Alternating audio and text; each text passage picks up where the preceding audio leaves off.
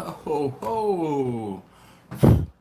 Sorry, there's stuff on my phone here. How's everybody doing? Stuff on my phone here. All right, let's mute that. Give me 1 second. I gotta finish making my drink. All right, hold on.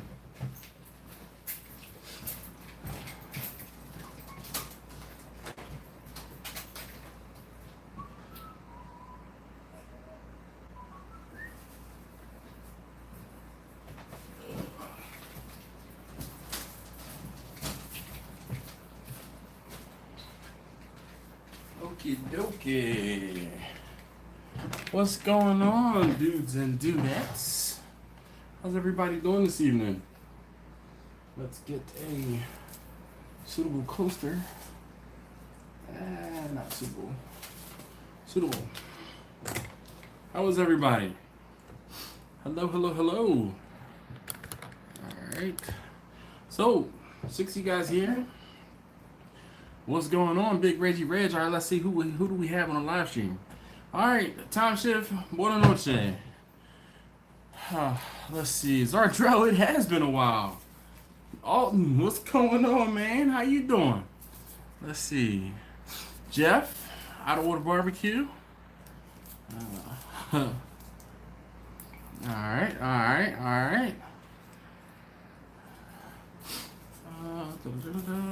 I didn't hold, yeah, this evening. Alright, so if you guys would like a rundown, but look, we're not gonna talk about it, man. I could go there with you. You talk about you go. I show up late, then I have you hanging on. I had you hanging on for 1 minute, okay? I was late by 1 minute, and then I had to go get I had to get a straw, okay? I have my priorities. I'm sure you have yours too. But tonight we're doing something a little light. If you guys haven't seen this stuff before, it is a Smirnoff infusion, but the key is this right here where it says 0 sugar. And this is a watermelon and mint. Yo, it's the truth. It's the truth. So, Big Reggie Reg, what's going on? Tom, hey, man. Glad to see you back up in this. Lou Calamadas, how you doing this evening, sir? Oh, yeah. So, when you guys pour drinks, do you pour the liquor first or the chaser first? Which one do you guys do? Comment below. Cuff and Stuff, sir, how you doing? Brock Stewart, how are you doing? Smokey Joe Barbecue, what's good with you? Andrew, hey. All right. It's not Channon, it's Channon? Shoot. It's been a while since you've been around too, and I've forgotten how to say your name. I'm so sorry. All right. So we put a healthy bit in, this was in the freezer, chilling. So, yeah. So, we good. And then we doing some regular old ginger ale right on top. And this is not sugar free or anything, or diet. First thing I saw that would mix in with it really well. Oh man. Mr. Hockett, how you doing, man? Carlos, so you know what? I think I made mention of it last week, but you guys can thank Mr. Hockett for ordering a shirt that I didn't have in stock. And I am doing the second run of t-shirts, so they will be available soon, probably in the next, hopefully, week or two. Sean, how you doing? Ooh. Benji, goodness. Yes, I do have my straw. Some of us have sensitive teeth, sir. Yo, this is not come for me night tonight, all right? It's not what's going to happen here. No, Andrew, I did not fix Vicky yet. You're the second person that asked me about that. Someone else commented, why isn't the door fixed yet? I don't have any welding gas, and it's been pretty daggone hot, too hot to be out in the garage welding. Oh, there he is, Eric Moreno. How you doing this evening, sir? I guess you're gonna have to find out tomorrow, Lou. I really don't want to take shots because it's gonna be a long day for me, and I have to get up on Friday morning at 4:30 to get to work by 6. So I want to kind of limit No, Benji, man. I've told you guys before, I am a diabetic and I have to be careful of my sugar. So that's why I drink the Miller Lite. So you can give me all the grief you want to. But I'm trying to limit I'm trying to do better. I have to do better. All right. All right. So everybody's saying liquor first, liquor first. Yep, yep, yep. Liquor first, liquor first. Kanan. All right. So yes, as Alton has alluded to, I am going to be on the hot seat tomorrow with CJ. So if you don't know who CJ is, CJ's channel is Cooking with CJ, and he does a hot seat once a week, where it's basically almost like an AMA where Ask Me Anything. You guys, they have a couple canned questions, and then you guys get to come in the live stream, just like you're on the live stream with me now. You can join the live stream and ask questions. Whoops. 9 p.m. So if you look, the video, I posted a video this morning. It was talking about that video tomorrow. So 9 p.m. Eastern for you time. Yeah. Sean said, Chaser, what's that? Yep.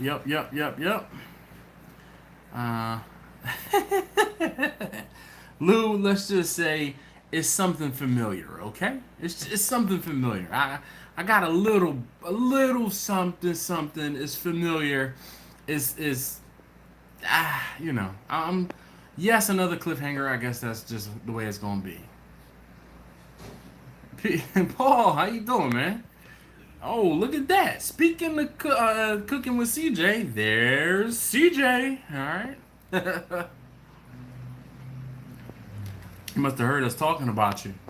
We were only saying good things, right, Alton? Right? Right? Mm-hmm. Now all we need is Kent to show up. Where is he at? Hit him up and tell him to come and join us too. Yeah. Oh, his ears are burning. Sure.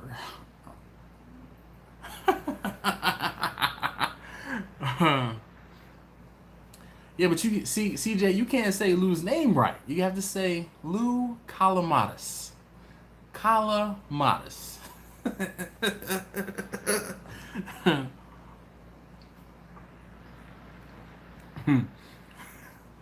Paul, we're golden. So I told you guys last week that I met Paul, which is crazy. So Paul, I'm pointing at the screen where his name is, like you guys can see it. But so Paul lives not too far away. Yep, something. My finger is in my eye.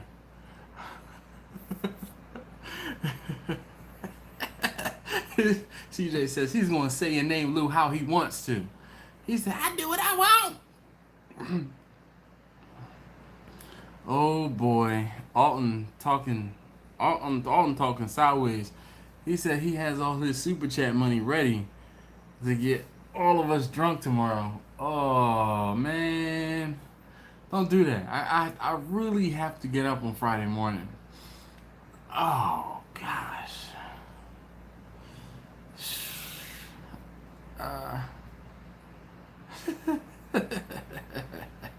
All right. So we usually BS for about 10 minutes on topic. So what else is anybody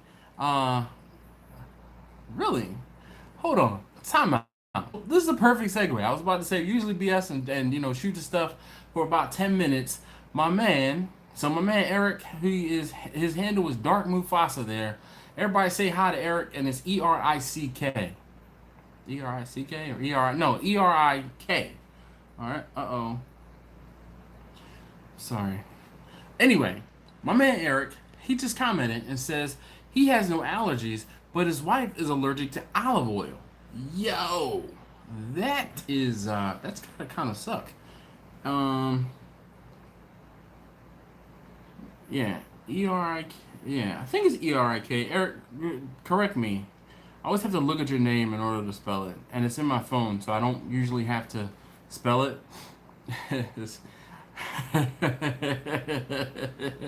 Donald Duck. Anyway,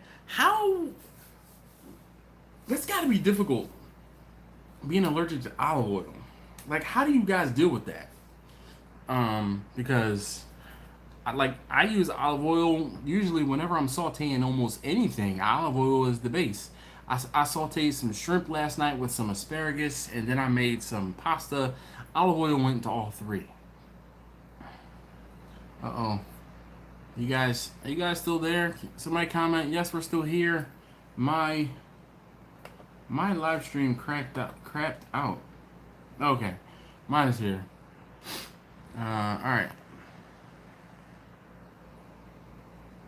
Apex Brewer. I know somebody that's allergic to gluten. One of my good friends, Apex Brewer. You probably haven't seen. There was a video I did a few years ago when I went down to Ocean City for how perfect is this for H2O, the big car show. It's a Volkswagen Audi car show that happens down in Ocean City, Maryland. One of my friends has celiac disease, and he cannot have any gluten. And I help cook a huge breakfast. We always have a family breakfast. It's our house. We have breakfast, and his celiac is so bad that I had to be mindful of which order I put the butter on toast. I had to be mindful to make sure that I didn't put his toast on the other plate that had toast on it before it. I mean, so I'm fully aware of cooking with or for people who have food allergies. It is, I won't say something I deal with, but I do know. All right.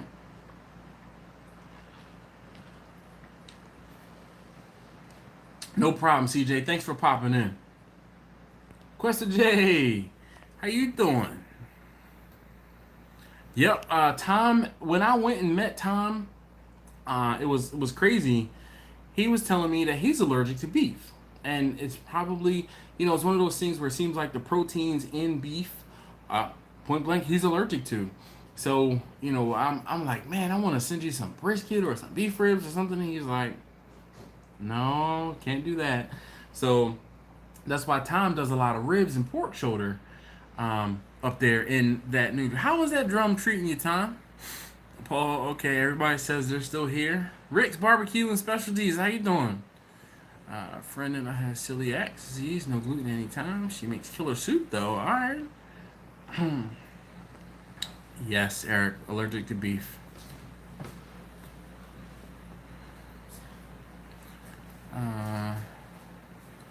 Yes, Lou says he cooked 3 briskets for a party. Friends, roughly 30 people, 2 kids, are allergic to everything in the book. No nuts, apple, tomato, dairy. So he ended up making 3 briskets, salt and pepper. All right. Alton is reminding everybody that in case you missed it, I am going to be on the hot seat with CJ tomorrow evening. So if you can be there, be there. All right. Jay says he's doing great. All right. I guess he's responding to my inquiry about the live stream. John Granola is here. Always a pleasure. Definitely great to see you in the chat. Tom says that the drum was working great. That's what I like to hear.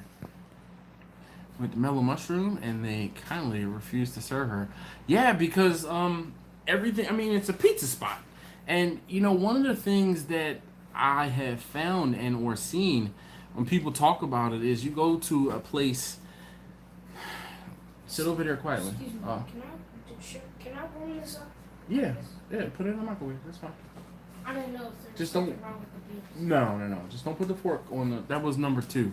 So hey, come here, number 2. Okay. I'll put it in the microwave first, and then come here. Do you know how long? 2 minutes? No, I do a minute 30 seconds. Okay. Yeah, Mellow Mushroom is a pizza place. In case you guys don't know, and I've heard that some pizza places they can't guarantee that the people who are going to be making your pizza are not going to put your pizza down, even though it's gluten free, on a surface that doesn't have gluten or has had gluten on it. And on a menu, sometimes they'll tell you that.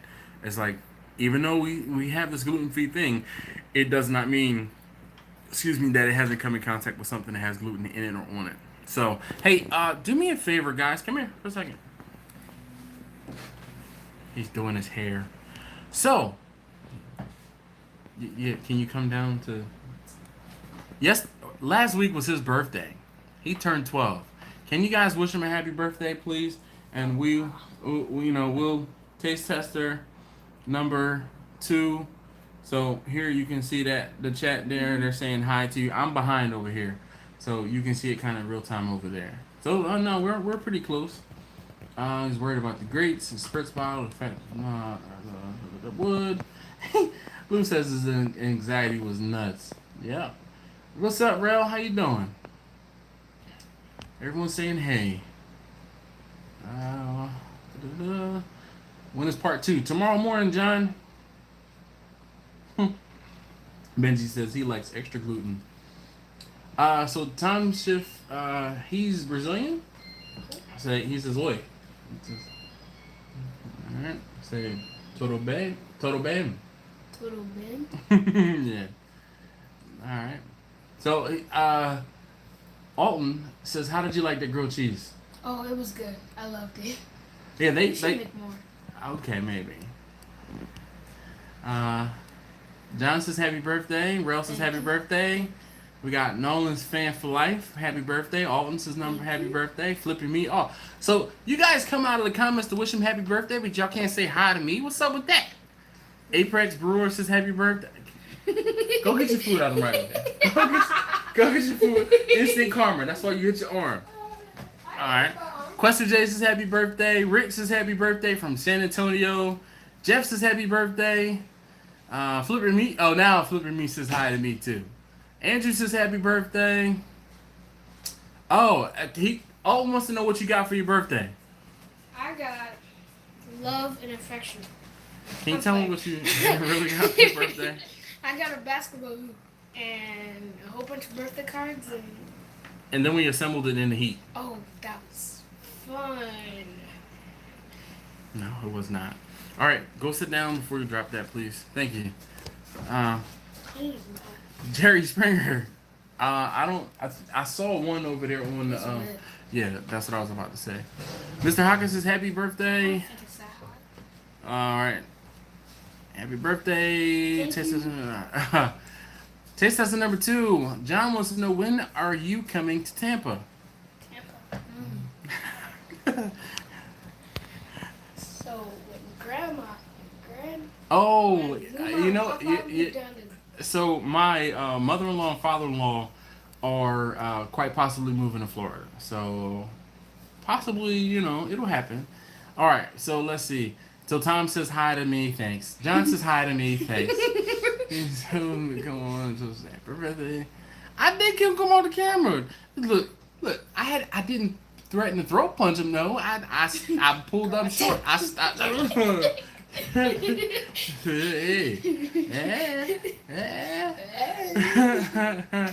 No problem, Quester J. Do what you need to do. George, how you doing, man? George. Guys, George Rushing is his name. Ooh. Not seriously. Get your food and sit down. Guy, he's delirious. All right, so Jay says, please say hello to Celia and Elias. Hi, Celia. Hi, Elias. You want to say hi to Celia and Elias too? Hi, Celia. Hi, Elias. All right. Hopefully we said those. Celia. They have never heard their names on YouTube. Oh my gosh. Well, you need to come on to the live stream every week, and then we can do this every week. Where's Justin? Or Preston, not Justin. Yeah, Alton, Tampa, Austin. What's like, 1,000 miles between friends? Yeah, all right, Alton. Nah, I'm cool. No, not yet. Torrance, how you doing? Rod's Barbecue, how you doing? Start playing to let me know. Yep, I sure will, John. Jay, what's going on? John from 4J's Barbecue, what's up with you? I wish I had a nap. This afternoon, okay, so Alton was calling me out because I was 1 minute late and then I wasn't able to sit down right away because I had to finish making my drink, right? So this afternoon, after I came home from work, I picked up my daughter. I went and got dinner because I couldn't cook dinner this evening. I picked up my son. We came home. I got dinner, arranged and laid out for everybody. I took my son to, and this is taste lesson number 2. I took my son to baseball. Okay, had a baseball game. They lost the baseball game, but it's okay. Leave me alone. I had a great game. They had a good. He had a good game, but they lost the game. Anyway, so after the game, you know, kind of like a end of season celebratory type thing. I wanted to take him to Rita's, so we went to one Rita's, and it was pretty ghetto, and it didn't have anything, and I was just like, nah. So we left that Rita's and went to another Rita's. If you guys don't know, Rita's is water ice, or you guys might refer to it as Italian ice, but it is water ice, okay? Anyway, we went there, and then while I was there, I ran into a guy that I used to work with, probably about 10. Actually, shoot, I haven't worked with that guy in probably 12 or 13 years, maybe. Anyway, but ran into him, we were chopping it up, so yeah. Question J, water ice. Look, see, here's Daddy Dutch. Kent, we were talking about you earlier. CJ was here for a minute, and come on, dude. Yeah. CJ was here for a moment. Apparently, he was on a work call or something like that, and his folks were giving him grief. Yes, question J, water ice. Water ice. Look it up. Rita's water ice. It's kind of like a mix between a slushy and a Slurpee, but it's more solid and it's better than both. It's just water ice. But a lot of people call it Italian ice. Yes, Lou, you should know about water ice. Being in South Jersey, they have water ice down around you.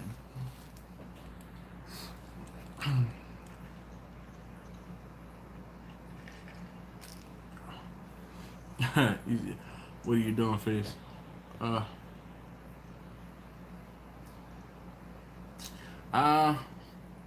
don't have, I guess, can I watch it? Let's see.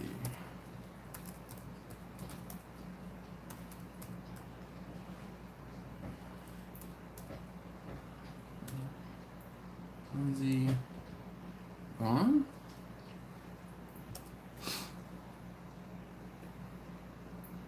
Oh, okay. Now that's why I remember her name. Okay. Alpine skier. Didn't she hurt herself and come back and like win medals? Let's see. 3 consecutive titles in 2012. She's young. All right. Anyway, all right. So let's original topic. All right, we've kind of gone off the beaten path from here to there. Let's talk about allergies. So there were a couple people we started talking about celiac disease. So those of you who don't know, celiac is when you have a gluten allergy. Gluten is not derived, but gluten is found in wheat, and it can mess folks up. Definitely, it's a digestive type issue or problem, and it is major. So one of the good things about celiac, in regards to barbecue, there's not much wheat in, barbecue. Now there are some seasonings out there that possibly could have some sort of gluten binder or things like that, but usually there's not gluten in like a barbecue sauce or things like that, so that is helpful. So most of the time people who have celiac disease and have gluten allergies are typically fine, with the exception of going to a place like Rudy's where you can get a handful of bread, right? Yeah, I got 13 slices of bread from Rudy's one time. All right, buona noche. Good. So, but other than that, so here's an interesting fact. There are some people that are so allergic to different things that you can't even use a nut wood to cook with. That was something that blew my mind. I was talking to somebody, and we were talking about allergies, and this was a while ago, and they said, what happens if you're allergic to nuts and you cook with like a wood that has a nut? So like pecan. There are a lot of you guys couple of you guys smoke with pecan and swear by pecan. What do you guys think? You know, could you not smoke with pecan? Yep. So Lou says that's why he was freaking out with his cook, because he used pecan. 4J says you chase dreams, not liquor. You know what's crazy? Fun fact about me, I can probably remember on one hand how many dreams I have a year. Again, I can remember how many dreams I remember in a year. One hand, how many dreams I remember in a year. Let's see. Lou says he used hickory and apple. Is almond wood good to smoke with? Because he's got a whole ranch with some. Jay, they say almond is okay to smoke with. It's like a fruit wood. Other than pecan, what's the other wood that could affect someone? I mean, so Jay just said almond. I don't know. There are other woods that have nuts. So I guess maple, acorns. I mean, there's different levels of allergies that people have, but I'm not saying I'm an expert in this. I did look it up briefly years ago because someone, you know, mentioned it to me or asked me about it, and I was like, I don't know.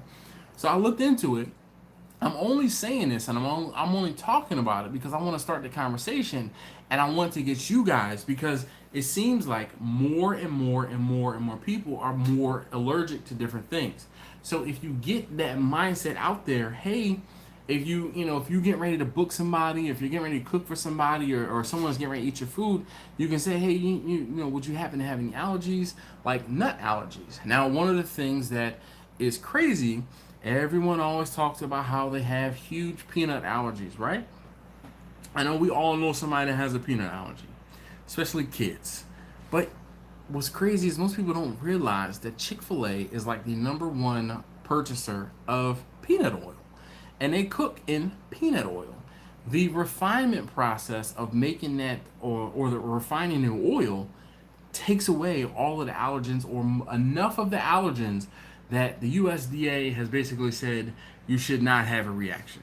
Now, is there a guarantee that you won't have a reaction? Probably not. But the likelihood of you having a reaction is reduced. So look, we have other types of woods. So Cuff and Stuff says no pecan would be like cutting off an arm, but he lives in South Carolina, so I guess your pecan trees are prevalent down there. Pistachio, now that's interesting. Is the pistachio tree wood green? Just, inquiring minds, asking for a friend. So Torrance also says pistachio. Jay says this Mexican guy was telling me that all of the tree nuts they use to make barbecue with. All right. Question Jay says he's allergic to onions. So would you have a problem? I know I've seen people take like onions and cut them in half and put them on their charcoal to cook with. Would you have a problem if someone put onions in their charcoal and cook with it? All right. So Apex says walnut, beech nut, chin nut. These. Never thought about asking that question. Yes. This is the reason why we're having this conversation. The conversation is not necessarily just because, we're shooting the stuff. These are some things that I want you guys to think about. You guys see me do different things, and I do different things. Like, I try not to cross-contaminate stuff. I tell you why I don't cook pork over top of chicken, and people have an issue with it. But don't laugh at that. Number 2 is over here cracking up across the table. Don't laugh at that. But the whole thing is, people have dietary restrictions. People have allergies, and if you get your mind set and your mind right to know about these things ahead of time, you will be better suited to take care of it when you cross that bridge, right? As opposed to you saying, "Oh my God, I don't know what I would do." No, you're like, no. I already got that taken care of. I always, I don't cook any beef, or I don't cook any pork on top of beef or chicken. Gosh, I don't cook any of this on top of that. Or, yes, I do use this type of fruit wood in case someone has to know. So, let's see. All right, so Dutch says his oldest daughter, has a bad nut allergy and can't eat anything He cooks with pecan. Interesting. Flipper meat. No, I usually don't. But here's the thing: people who have allergies are going to volunteer that information.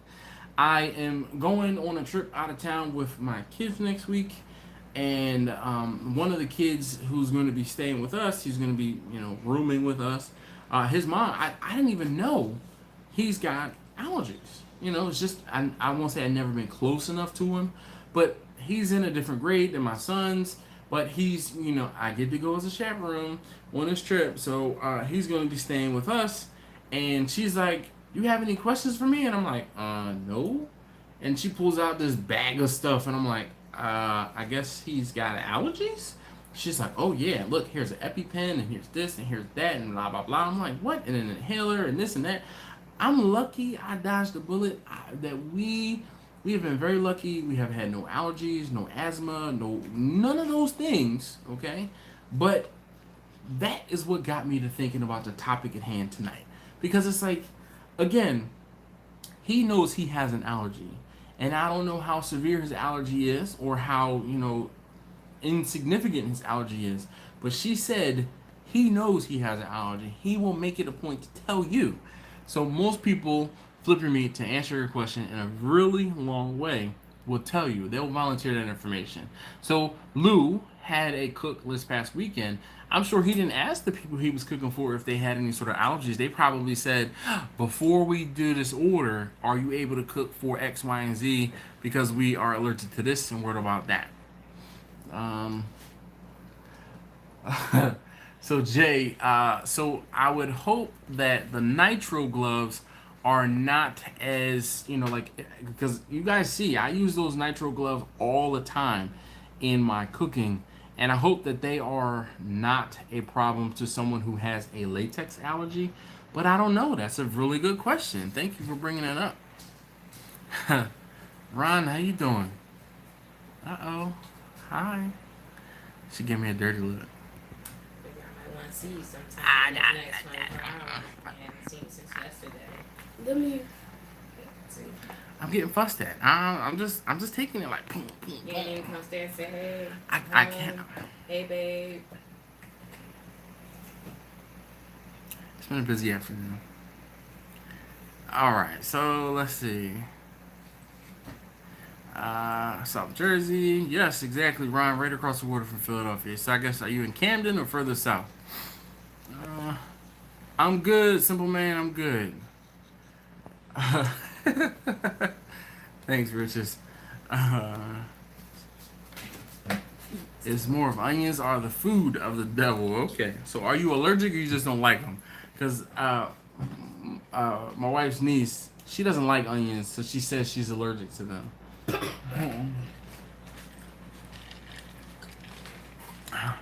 Get lambskin gloves. Yep. Those aren't expensive. Let's see. Benji says he likes MSG in his food. Yeah. My wife wants attention. Hold on, guys. I'll be right back. Yeah. Hey. Hi. How you doing? All right. Come on. Go ahead to bed. All right. I'll be up in a bit. You want to take a sip of this? It's sugar free. All right. I want to try. No. Yes.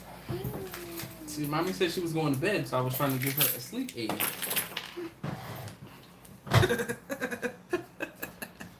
Anyway, that's it. The gloves you can fix. Well, let's see. But Jay, those gloves that I use are nitro. They're not latex. So, her husband severely allergic to shellfish.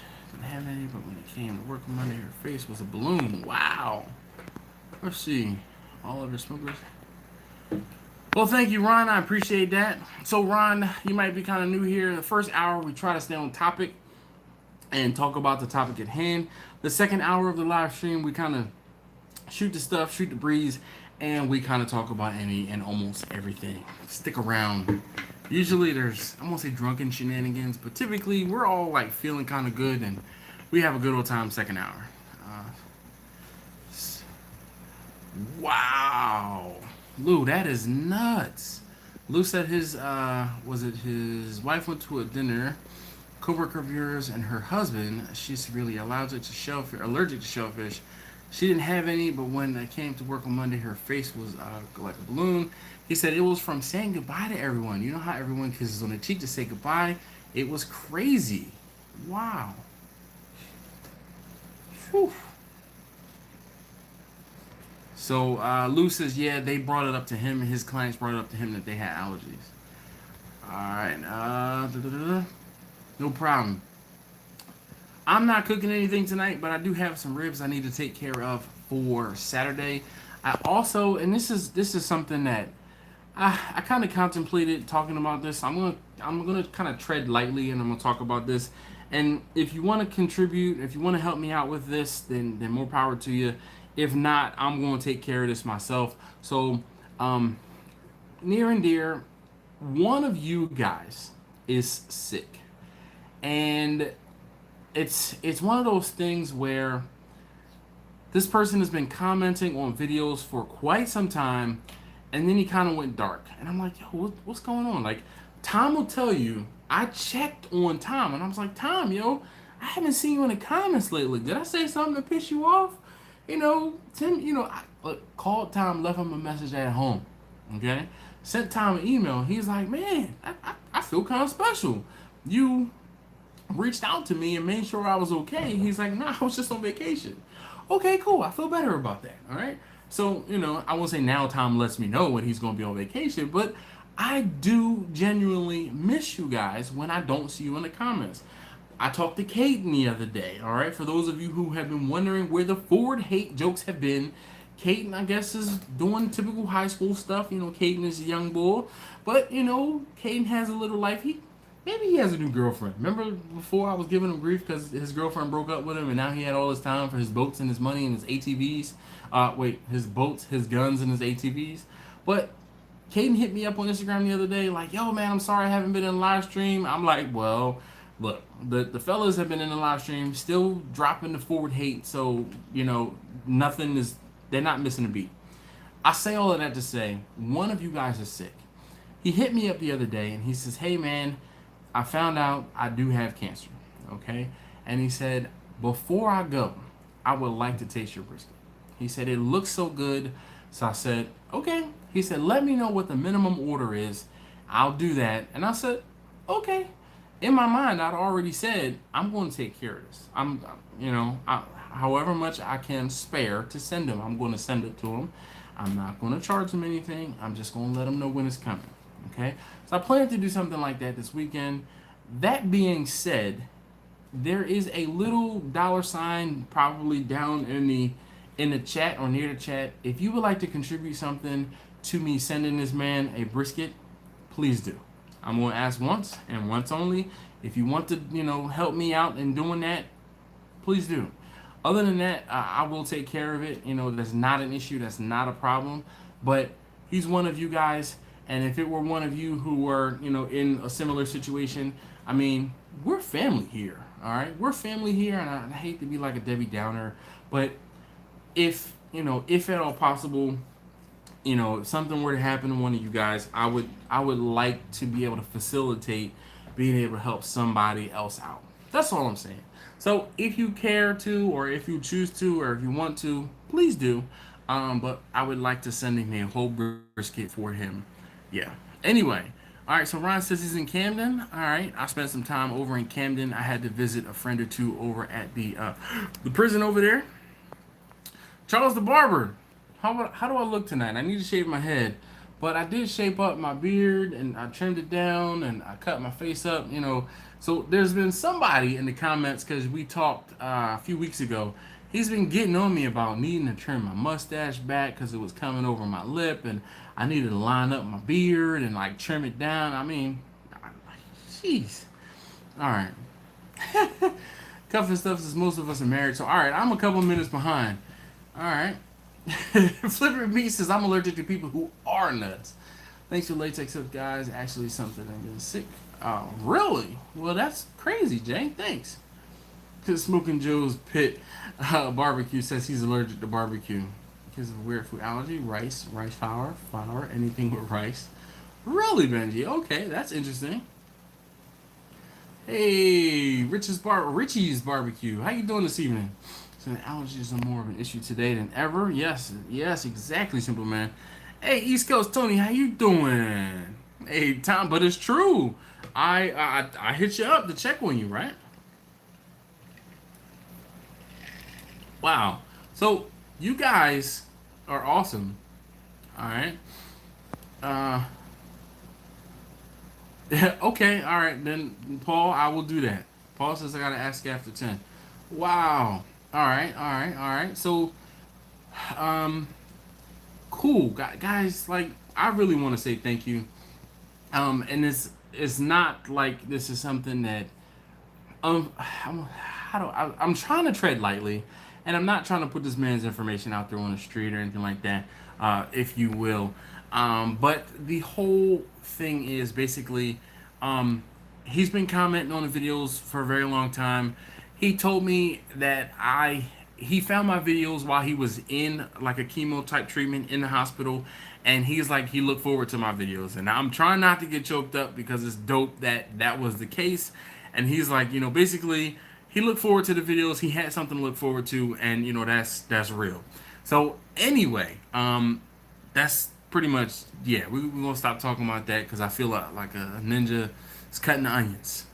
Taylor B says this is the first time tuning in. Nice to be here. Big fan. Well, I appreciate that. I really do.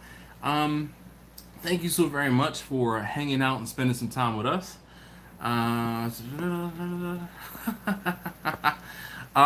Jay, really, I do not want anybody to go out of their way. Ron, there is a link down in the description for PayPal if you so care to donate that way. There's a Cash App link down there. There is a PayPal link down there. Oh my gosh. Thank you very much. Thank you. That, like, somebody found the PayPal link. I just got a notification. Well, you guys are amazing. Seriously, thank you. But Ron, yeah, it's down in the description. Should be down in the description of almost every single video. Yeah, Benji, like, really, this was, he hit me up earlier this week, and I wanted to make sure that I do it. Someone asked me earlier if I was cooking tonight, and I'm like, no, I'm not cooking tonight, but I do have some ribs I need to do over the weekend, so I'm going to make sure I cook his brisket over the weekend to hopefully be able to get his brisket out in the mail on Monday. I haven't told him that yet, and I don't know if he's on the live stream, so hopefully he's not, and it'll be more of a surprise. Yes, Charles, I told him the same thing. Unfortunately, though, it does not, the prognosis does not seem to be as good as we would like it to be.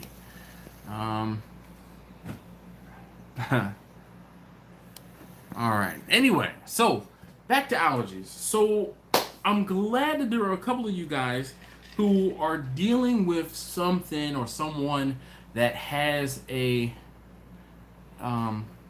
yes. So, Jay,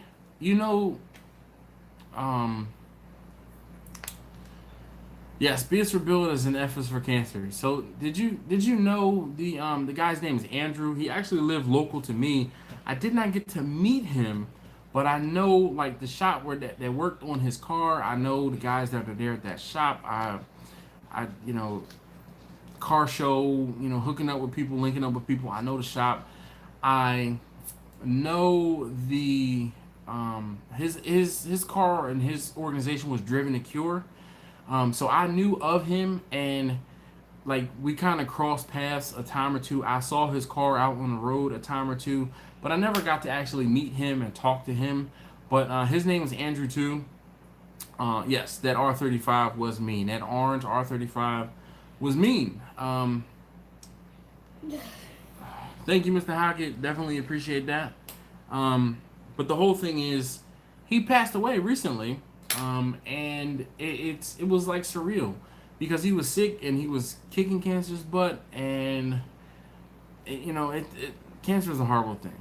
There's everyone knows someone who was affected by cancer or is currently being affected by cancer. And again, oh, thank you, Tom. I don't want to, again, I'm trying not to bring this down. Anyway, allergies. Allergies. Let's talk about allergies. So, Benji, was it Benji? Someone said that their kids were allergic to anything that has rice in it. Oh my gosh, man, that would, like, how do they eat sushi? Thank you, Tom. I appreciate that. George says he's allergic to pig's feet, ears, snout, and tails, but all in between is good. What about chitlins? You allergic to chitlins too? Gosh, you guys are the best. This is why, you know, like I said, you guys are definitely, this is the SDSBBQ family.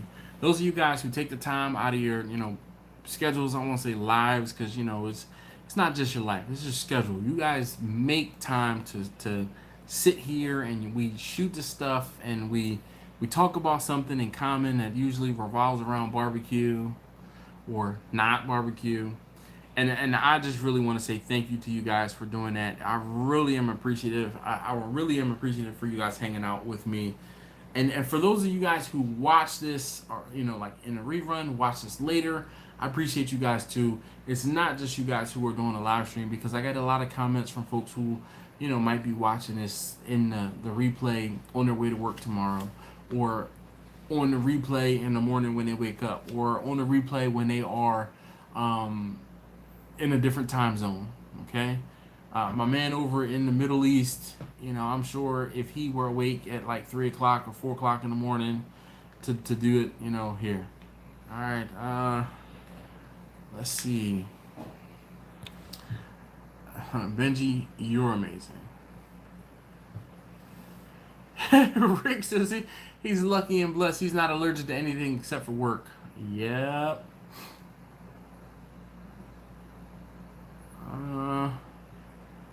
Droland, let's see.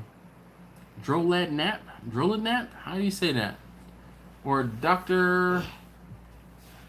Oland Nap. Panda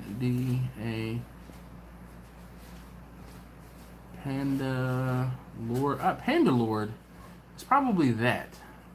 You like that I figured that out, didn't you? Most people probably wouldn't be able to do that. But yeah. I'm good at thinking outside of the box. So, Panda Lord. Do I get an extra bonus for figuring that out? Number 2. Oh, he can't hear me. He's got headphones on. All right, so Charles Barber says Isaiah 53:5. But he was pierced for our transgressions. He was crushed for our iniquities. Upon him was the chastisement that brought us peace, and with his wounds we are healed. Amen. Zardrell, man, thanks for popping back in. Catch up on the barbecue vids tomorrow and pull a 13-hour. Man, Benji, thank you, sir.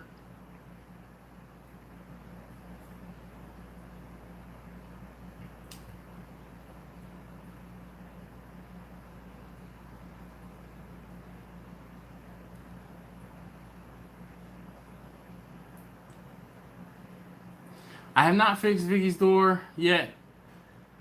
Yes. So, Panda Lord, I figured it out before I saw your comment. Hopefully you saw that I figured it out before that. You know, my go-to is always to read things in reverse.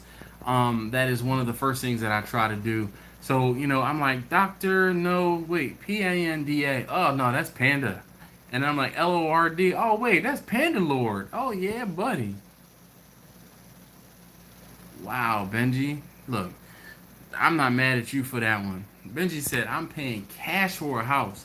Just be prepared to play to fill out that currency. Well, if you're not actually paying cash, don't say you're paying cash. You're going to, you know, I guess like an official check or you know, a check from you or a wire transfer. Because when you say cash, I grew up in banking. I worked in banking for almost 10 years. And you say cash to me, and I'm thinking like cash, right? So my first thought is, oh, that's over $10,000. You're gonna have to fill out a currency transaction report. I don't know if you want to do that. But anyway, yeah.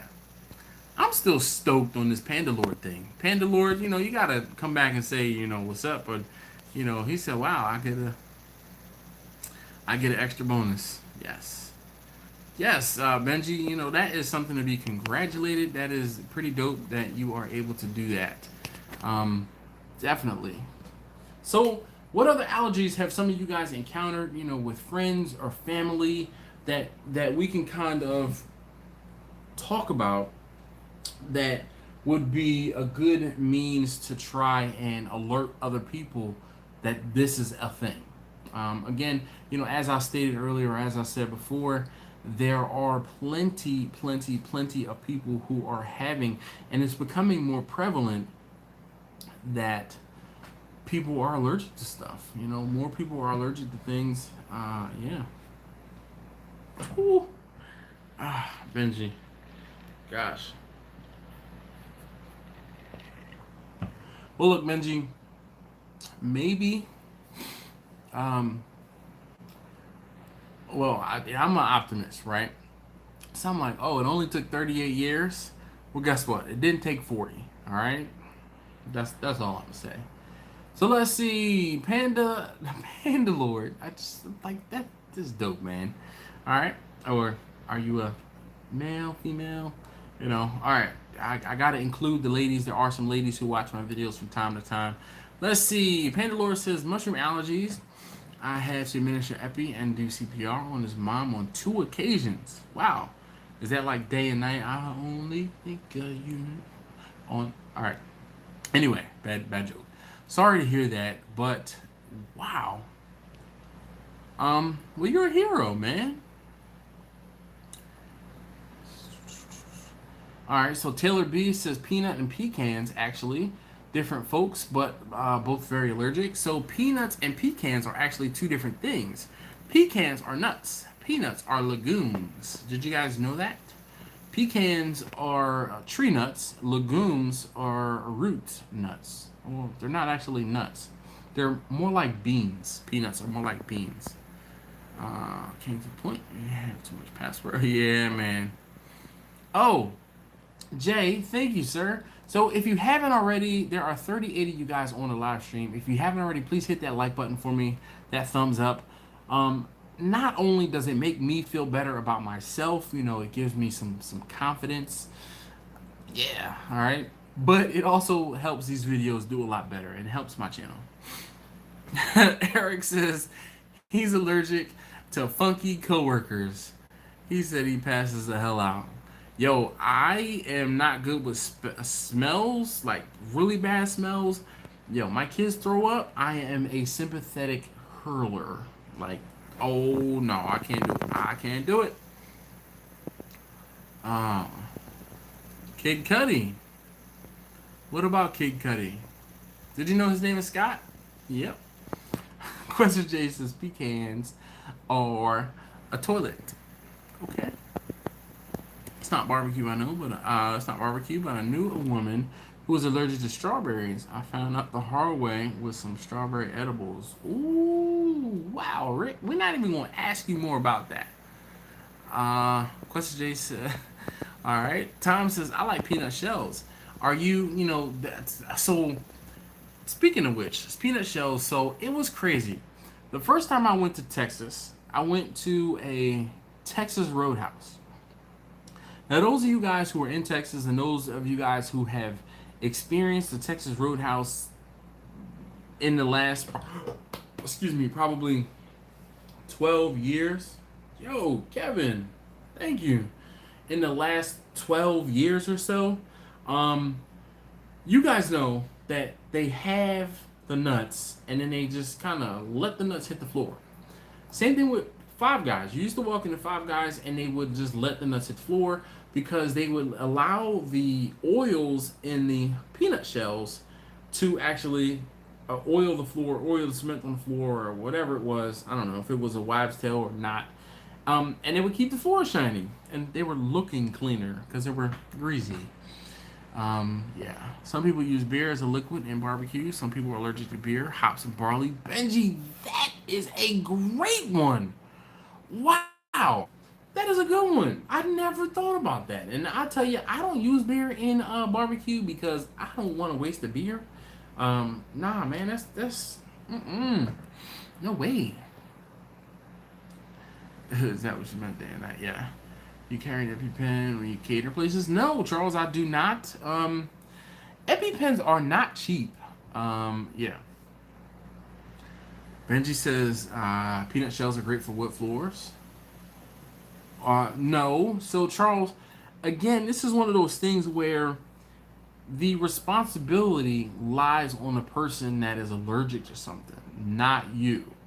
In my opinion, I could be wrong, but just thinking about it off the cuff, I think the person that has that allergy is the one that self-preservation. If you want to make sure that you don't die, if you have a serious allergy, you need to make sure you have an EpiPen with you. Simple Man, be easy. Thank you for hanging out with us. Eric's all right. So one Eric checks out, another one checks in. Hey guys, I'm like my watch is buzzing here. Wow, guys, thank you very much. Definitely am very appreciative. You guys have taken care of the cost of the brisket, so maybe I can get them a bigger brisket. I don't know. So let's see. Panda Lord, I love that. He says his neighbor is allergic to salt and pepper. I think it's because he doesn't season anything. No comment. I'm not touching that one. I want to make sure that everybody comes back next week. Yeah, let's see. My friend has worn one in brisket counts with a local stout he uses when wrapping the brisket. Interesting, Benji. That's okay.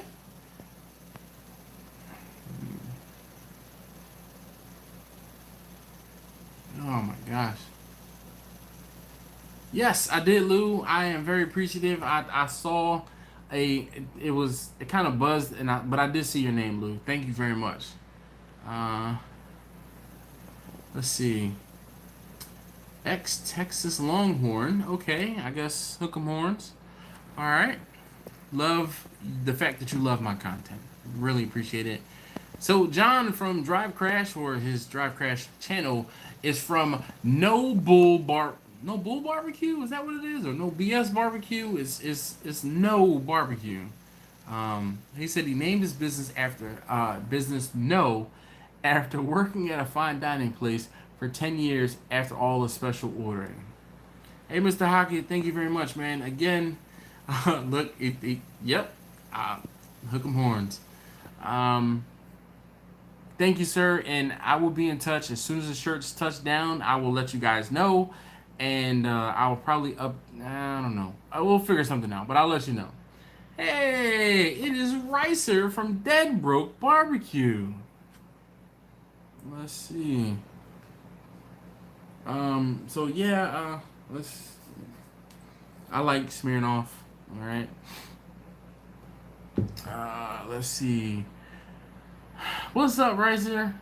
Sorry, cherry and lime is a damn good one. All right, Benji, I'll have to keep that in mind. George says he has a cousin that's allergic to seafood and a niece that's allergic to nuts. Wow, Jose, how you doing this evening? Glad you can make it in and chop it up with us. So just a quick recap, right? I was talking about allergies and barbecue, okay? So not only do you have to deal with the allergies as far as the things that you use on your food, as far as seasonings and liquids or sauces, you have to be considerate of cross-contamination. So if someone is allergic to seafood, if you cook salmon in a smoker or grill that cooks ribs or chicken or beef, okay, that could be a problem. Also, woods. There were a couple people who commented that they have children that can't eat anything if they cook with like a almond wood or pecan. Dutch or Kent What was it that you said? Which was in particular? Wouldn't mind getting iced. I don't know, man. I've been iced. You know, Smirnoff Ice. Woo, goodness. Uh, no problem, right, sir, man. I just want to say thank you for hanging out. William, how you doing this evening? Yes, indeed. Definitely been a long time. So, I mean, really, I do. You guys, I look forward to seeing and talking to you guys. I won't say I try to remember as much as I can about all of you guys, but oh my gosh, man, you know, it's interesting to me, and this is one of those things, and I used to hear people talk about this, and I didn't quite get it, but when you guys watch me, right? You guys see what I have going on, so you're kind of up to date with what I have going on. When I try to, you know, if I see you on Instagram, or if I see you in the comments and you tell me something about this, or if you have your own YouTube channel, then I'm quote unquote better educated to talk to you guys about what you are doing. And it's not that I'm trying to be fake, or it's not that I'm trying to, you know, ask about something just to, you know, make you feel better. I genuinely care. Like I said, you guys are, you know, all part of this SDSBBQ family, and just you guys are my barbecue family. Those of you guys who hang out week in and week out on these live streams, you guys know that I feel bad when I can't make a live stream. I feel bad when I don't do a live stream, because it's like some of you guys are like, yo, I look forward to doing those live streams. Why didn't you have a live stream this week? And I think I've missed 3 live streams in a year and a half. 3.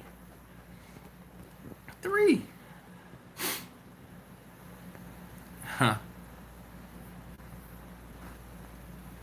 Alright, so Jay says it's crazy, all the new people on the live. He says his name is Jay, and he's from Jay's Brappin Barbecue. So SDMF 2013. I can't see what that logo is there. He said, what's up, everyone? Yes. So, Eric, I did hear about that tick. I think my wife sent me some information about that not too long ago. So Eric says, have you heard about the tick that bites you and causes you to be allergic to beef? Talk about life-changing. So I heard about it because there was a man that was on a plane who ate beef the day before he was traveling somewhere, and either in transit or when he got to wherever he was bitten by a said tick, and then he had an allergic reaction and they couldn't figure out what the hell it was. I did hear about that recently. Tom says that's the Lone Star tick. Yep. But you get tired of the Camel cigarettes. Oh, Jack, how you doing? Betty, hopefully you can hear me. Say hi to you guys. Thank you so very much.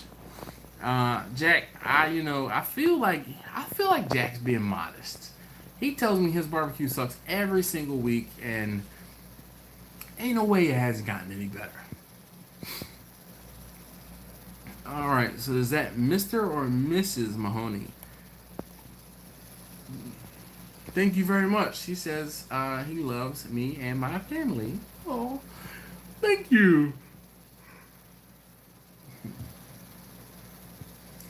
All right, William says he's good. He got a new smart device and he just figured out how to see the chat again. All right, well, that's what's up, man. Well, thank you very much. He says my barbecue is awesome, real life. Benji says you're consistent, Dash. Can always count on the Wednesday live. Glad you do it because it's usually his shorter work day. Well, thank you. You know what? And Wednesday was the day I chose selfishly because I know that would mean I'm hanging out late with you guys because my late day to go into work is Thursday. So, it's a symbiotic relationship. His logo is a Tampa Bay Lightning. Oh, thanks, Jeff. I couldn't see that. Alright, so the Tampa Bay Lightning has nothing to do with SDMF. I don't know. I'll think about the acronym and see what I can figure out. I got Lyme disease. East Coast Sony says he got Lyme disease from a deer tick. Okay. You're just gonna leave it there? You're not gonna I don't quite know how Lyme disease works. I've heard about Lyme disease, but I have not looked it up. Let's see. Lynch's Southern Maryland barbecue. His daughter was recently bit by the Lone Star tick. She's now allergic to beef, pork, lamb, goat. Oh my gosh. Wow. Where in Southern Maryland are you exactly? Someone asked about what spices we use exactly for food allergy. Do you tell them everything? Swig and smoke. Usually I don't. I usually tell them. I ask them what specific allergies they have. If someone says, "Oh, I have a gluten allergy," then I let them know, "Hey, I have a friend who also has a gluten allergy, and he has eaten my food. He has got celiac. Pretty. I don't know how it. Like if there's levels to celiac disease, but." He basically said that he doesn't have a problem eating my food with a specific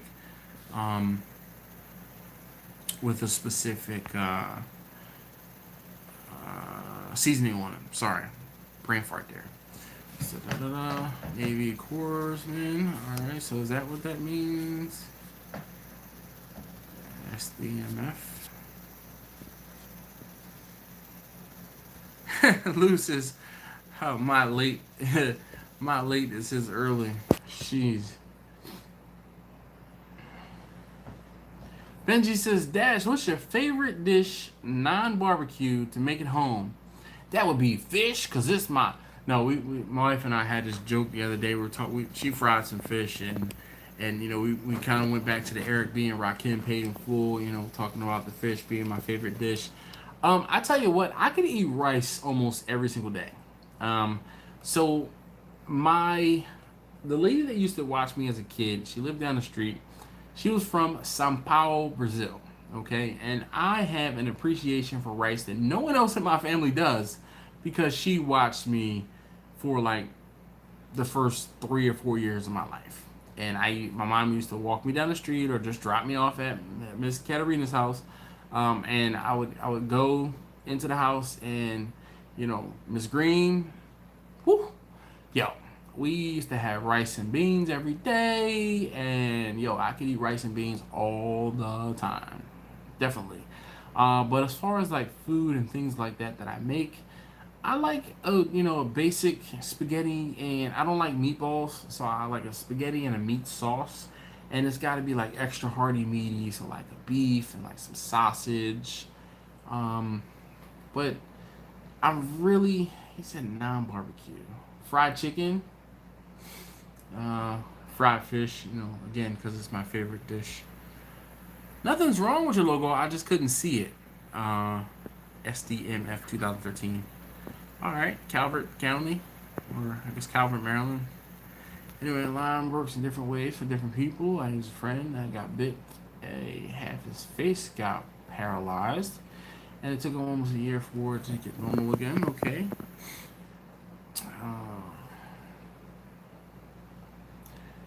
Alright, recently owned a Highlander, great ribs so far with my recipe. I try not to give you recipes, but I may have given you a cooking methodology. Yes, I like sushi a lot. Whoa. Question J. Dude, thank you. Like, really, you guys can stop it. You don't have to, that's enough. Rice just says he makes small, crispy meatballs. Big, mushy ones suck. Okay. Darian. Oh, boy. Get him a wag. Oh, look. Now, if you're talking about getting him a Wagyu brisket. So, okay. I watched the, what's that guy's name? Barbecue Scientist, or Mad Science Barbecue. And what's crazy is he did a Wagyu brisket, and they said that they liked the choice or the basic brisket better than they like the Wagyu brisket. So I am a fan, and I believe that I won't say the lesser quality, so maybe I can get him a prime brisket, but I won't go anything higher than prime. The whole thing is that piece of meat is the toughness of that meat is what makes it good. If there's too much fat in it, I think it takes away from it. That's kind of how his little experiment went. Or at least that's how I feel it went. Top of the morning, Tyler. How you doing?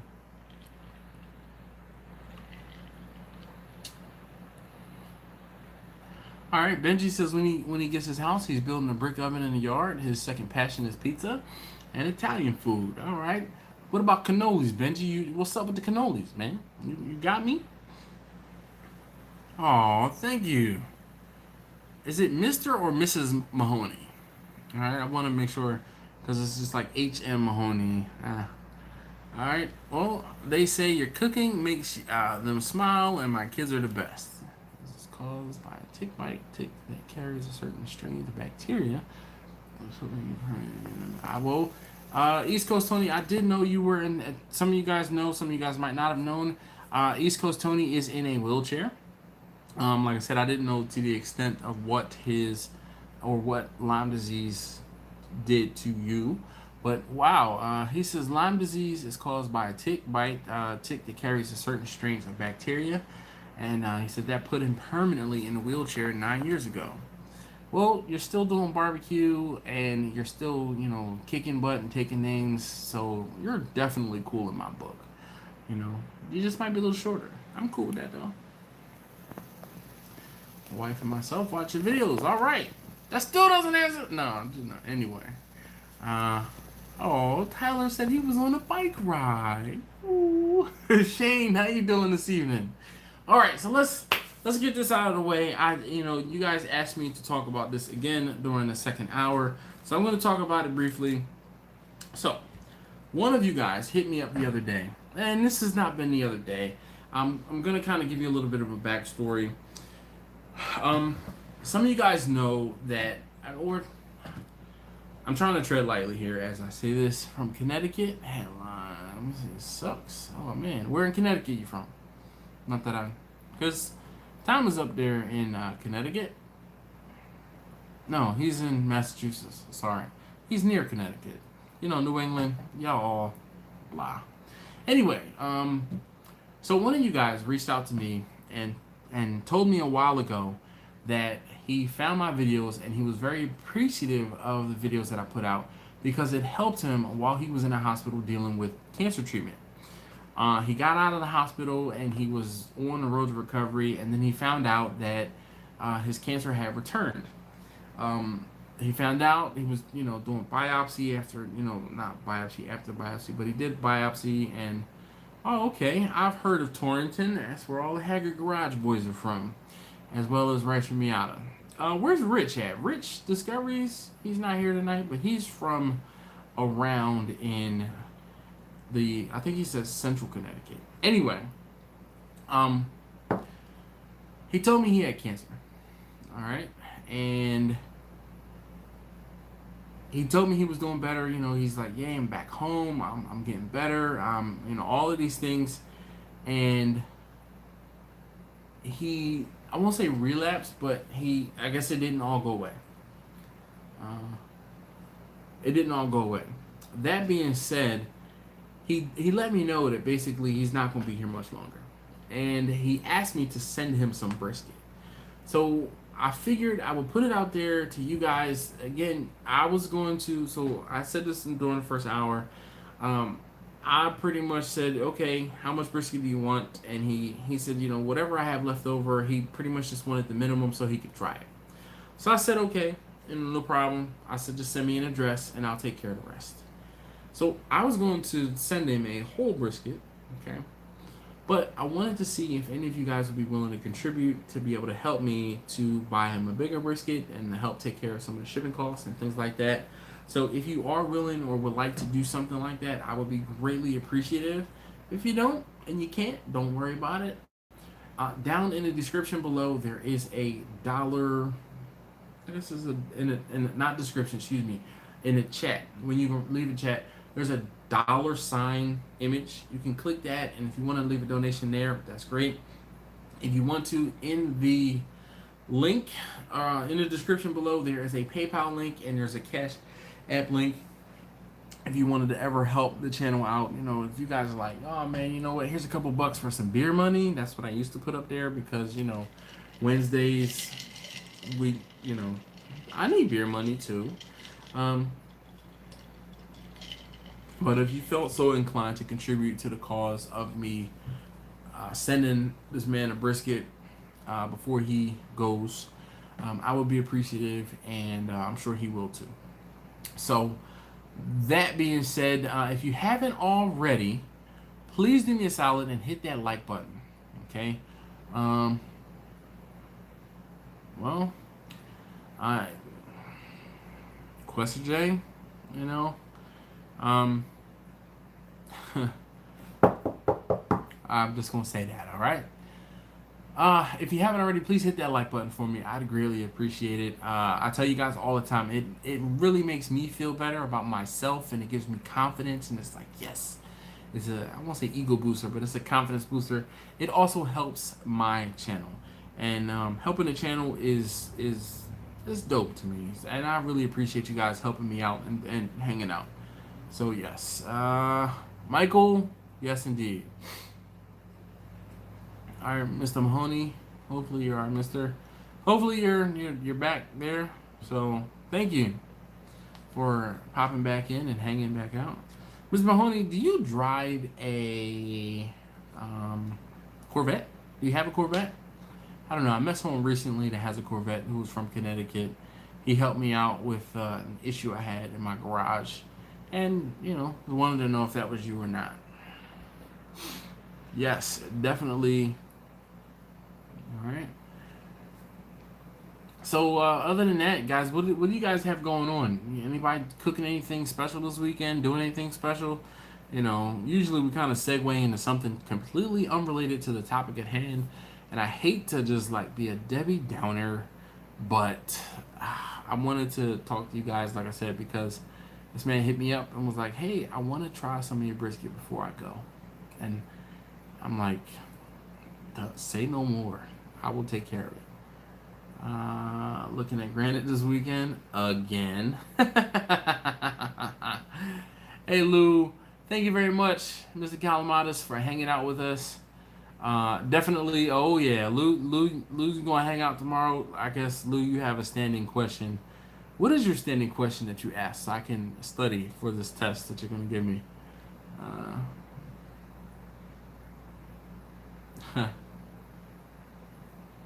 Oh, all right. Well, see, this, you know, yeah. A rack of beef ribs, Tom? What? What? Who's that for? You want me to come up to your house? What? What'd you say, Tom? That's an invite? Cause you know I know the address still. He said, hey, Mr. Mahoney says no, can't afford one, but I can fix him. He said he was a gym mechanic for a long time. All right.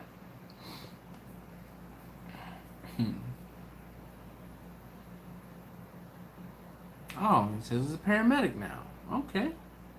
All right, Tom. Well, it's Maureen, right? Tell Maureen I said what's up. Is she willing to share?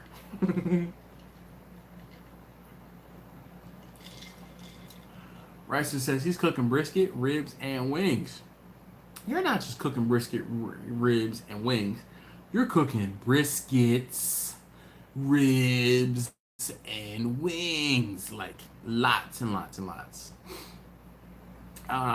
Swig and Smoke says he's doing his second permitted pop-up. He had a question. When I pre-make your food, do you take your smoker to reheat it? No, I do not. Do you also use burners to keep it warm?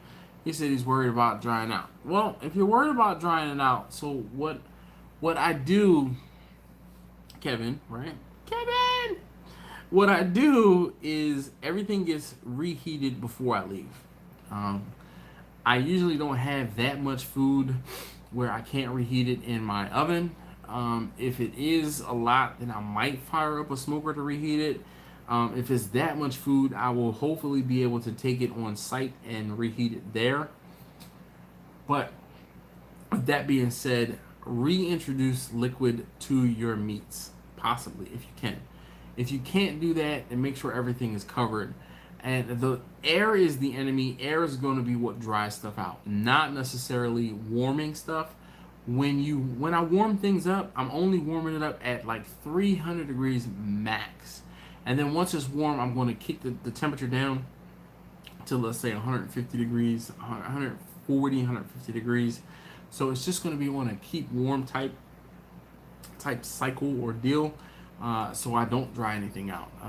Now, one of the things I will tell you, if you are doing like a pulled chicken or a pulled pork, halfway into your warming cycle, you're going to want to take the outside edge and mix it in so you don't get that burnt macaroni and cheese crust. Question J says he did barbecue chicken tonight in the oven. What?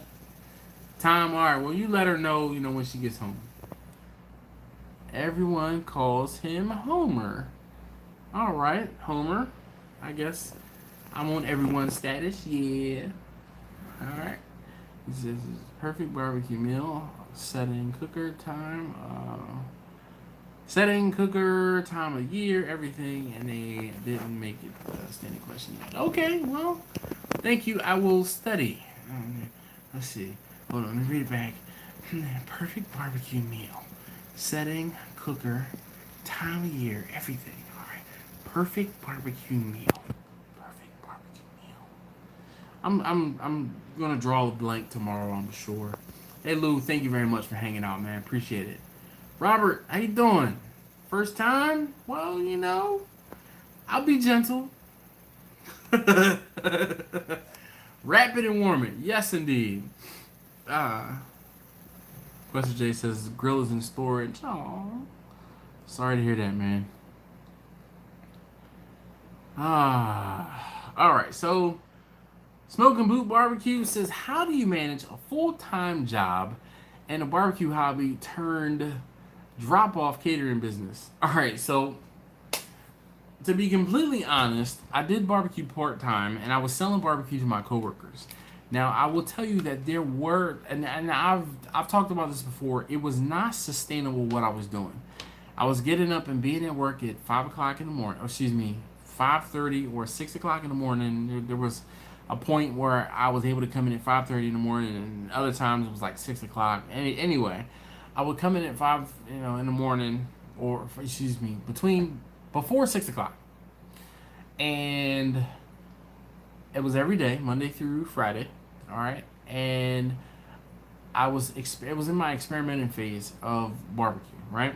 So what I would do is I would come home in the afternoons. I would go and buy whatever meat that I needed. I would come home in the afternoon, and this was back when I was using the steel drums. Okay, this is a while ago.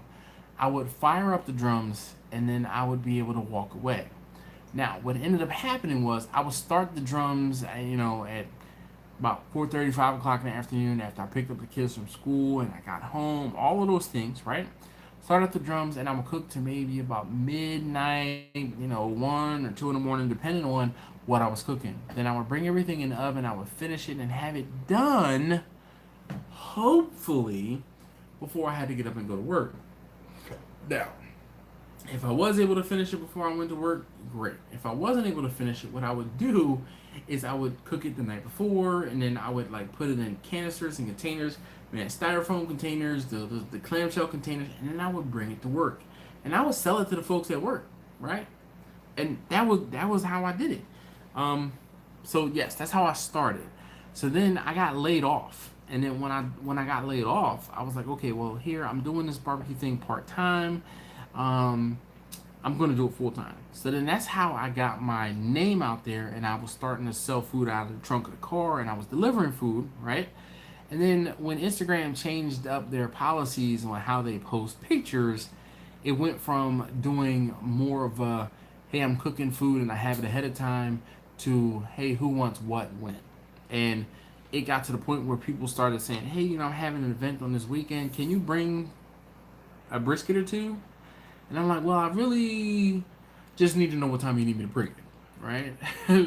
In the beginning, I was telling people no, because I'm like, I don't do catering. I just, kind of cook. And then I got wise after doing a catering job or two, and I was like, yo, the money is in catering. So I pulled back the reins on doing that whole cook to order type thing where I would cook a brisket and say, okay, I have 7 pounds of brisket. Who wants what?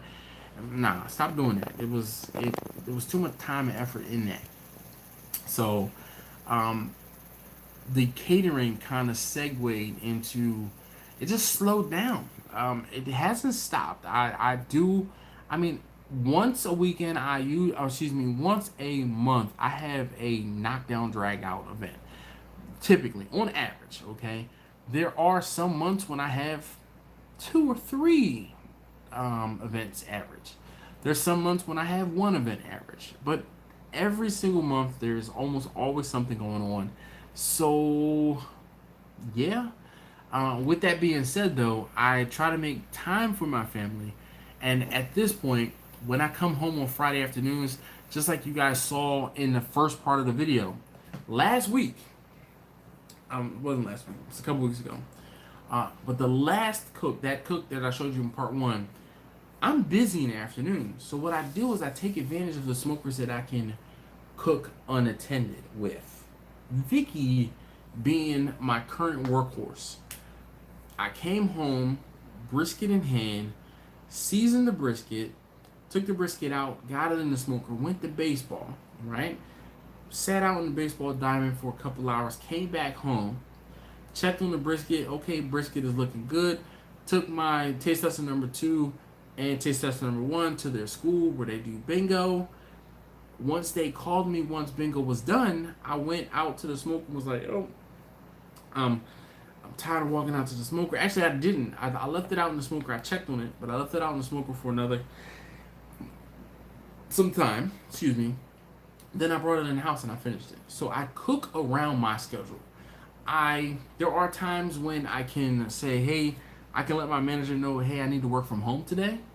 And if I have a really big cook, like if I have something, so that event or those events that I had early in the month where I had 6 events on during a particular weekend, that time I let my manager know, I'm like, hey, I need to work from home on Friday. So what did I do? On Thursday night into Friday morning, I started cooking. And I can't say exactly what time everything was done, but I was logged on and monitoring my smoker temperatures while I'm logged onto my computer getting some things done. Then it's like, okay, hey, I need to take a break for a quick second. I'm gonna run out to the garage, or I'm gonna run over here to the oven, and I'm gonna make sure something is done. But then what I ended up doing was, by the time I get off work at 2 o'clock, everything is done, so then I can start processing things and get things, put up and cut up and things like that. So let's see. Benji says, try 2 jobs 6 days a week, and people want barbecue, but now when it gets time, the orders are huge. You know what? You're absolutely correct. You will, you know what? It gets to the point where you're going to make time, and that's what I do.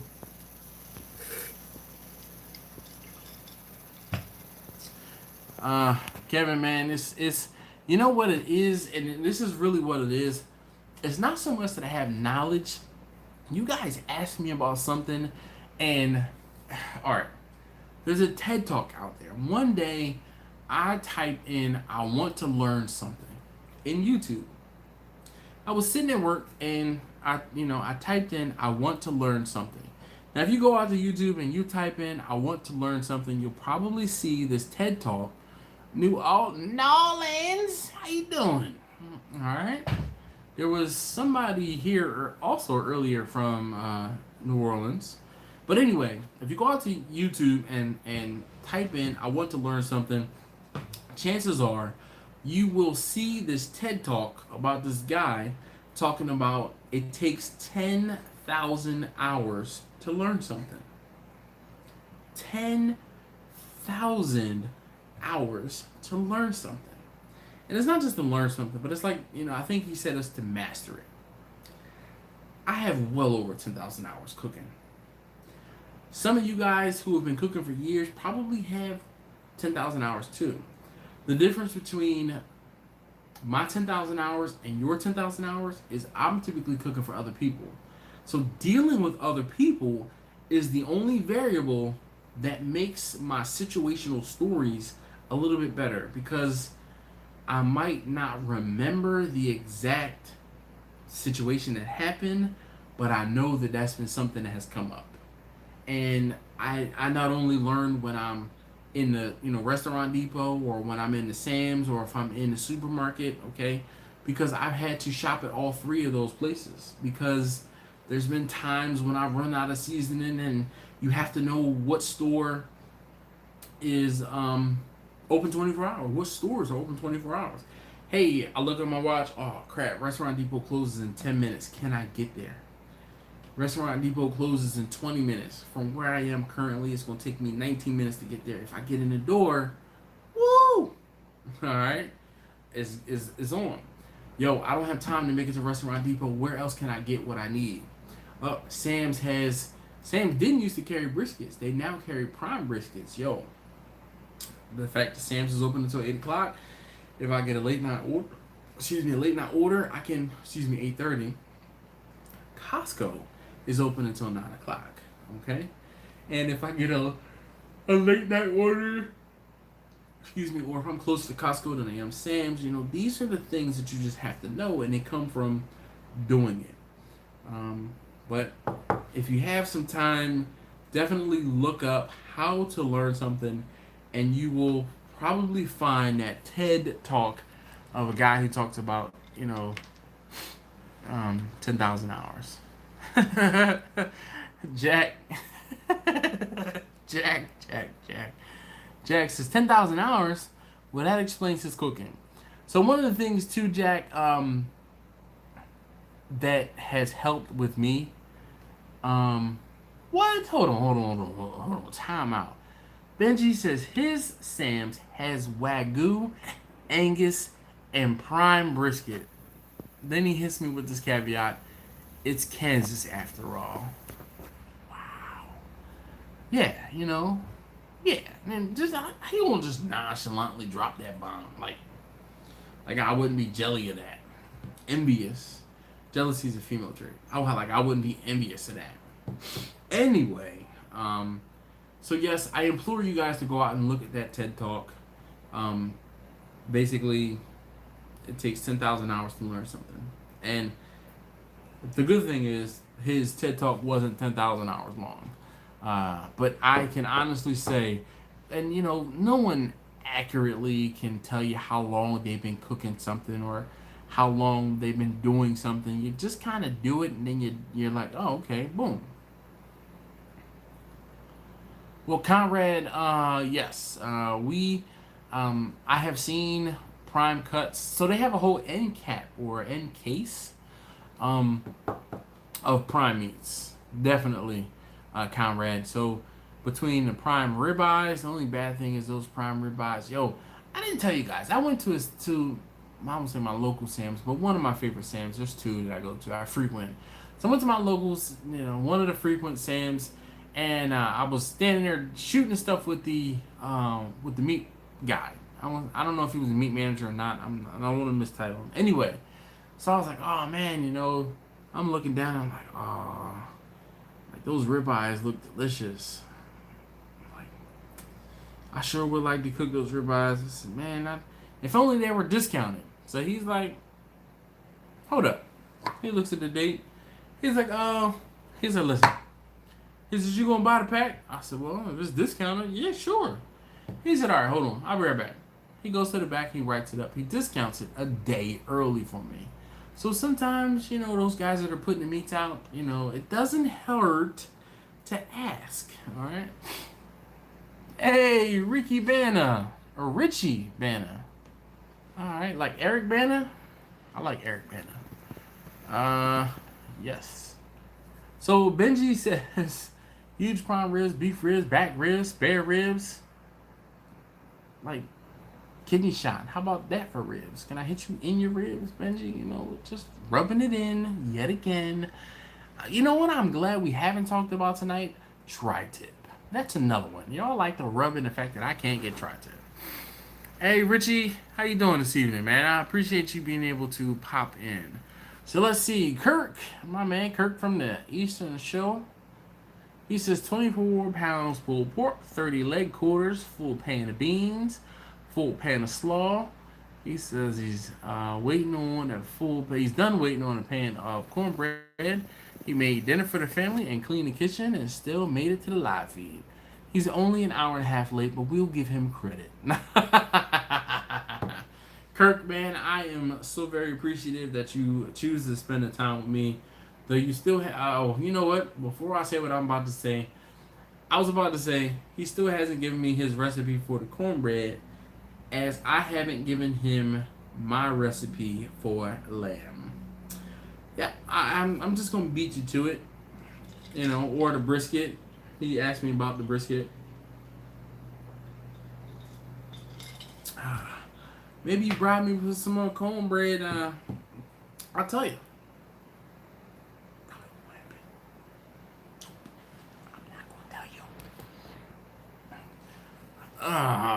Crusty J says he's cooking tri-tip tomorrow. Well, fine.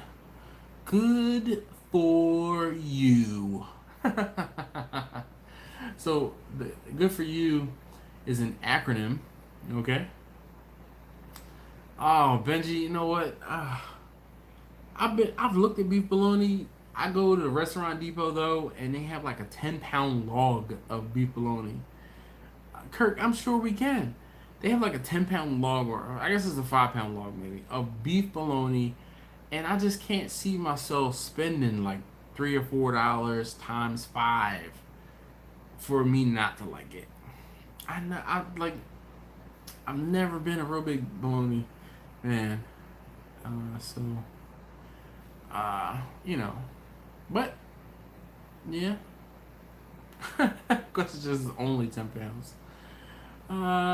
George says he did 4 racks of baby backs, 20 pounds of wings, 36 lollipop drumsticks, and about 10 pounds of breast, and about 10 pounds of thighs between Saturday and Sunday. That sounds like a good weekend.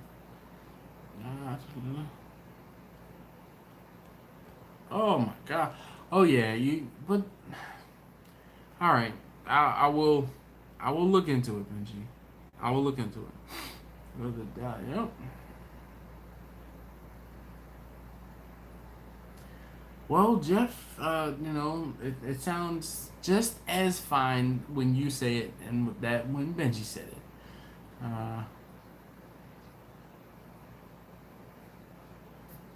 No problem. No problem. The problem is I won't actually be cooking anything for the next week. Well, shoot. I'm cooking this weekend, so I will hopefully be able to film something this weekend. But then next week, I'm not going to be able to cook. I'm going to be gone out of town. William says he got a Weber kettle for Father's Day. I've been all direct heat lately. Look, William, I tell you, I haven't had a Weber kettle in a very long time, and the Weber kettle I had was crab-tastic. It was let's put it this way. It predates my 18-inch Weber kettle predates my kids, because that Weber kettle was the one that I used to cook food on for my wife and I only. Ever since my kids have been around, I've had like rectangular grills that I burnt through, and the big Old Faithful, that rectangular grill that I have, which is like 2.5, almost 3 foot wide, is that grill has been around for like 8, maybe almost even 10 years. So I stopped using that Weber kettle because it was too damn small.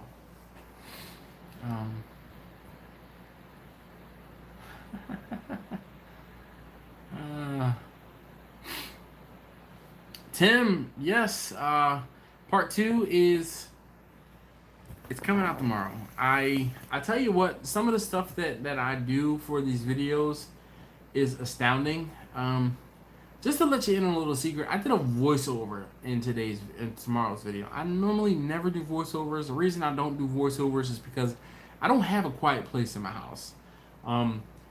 You guys probably can't hear it, but there's an air conditioner running in the other room. There's a fan running right here. When I'm at work, I can't really film stuff at work. There are times when I will pull out my camera and do a 30-second to a minute video. But other than that, I don't have a quiet place. So I got in my car this afternoon, it probably was close to 100 degrees, if not hotter, in the car. Set up the video camera. I said what I had to say. Took that film, that footage, re-edited the video that was already done. Re-edited the video to add in the voiceover bits. Hopefully you guys appreciate tomorrow's video. I just want to tell you guys have been killing it with the views lately, and I know it's probably not you guys in particular because I have been seeing a lot of views from non-subscribers. So if you aren't subscribed, what you doing with your life? But other than that, yeah.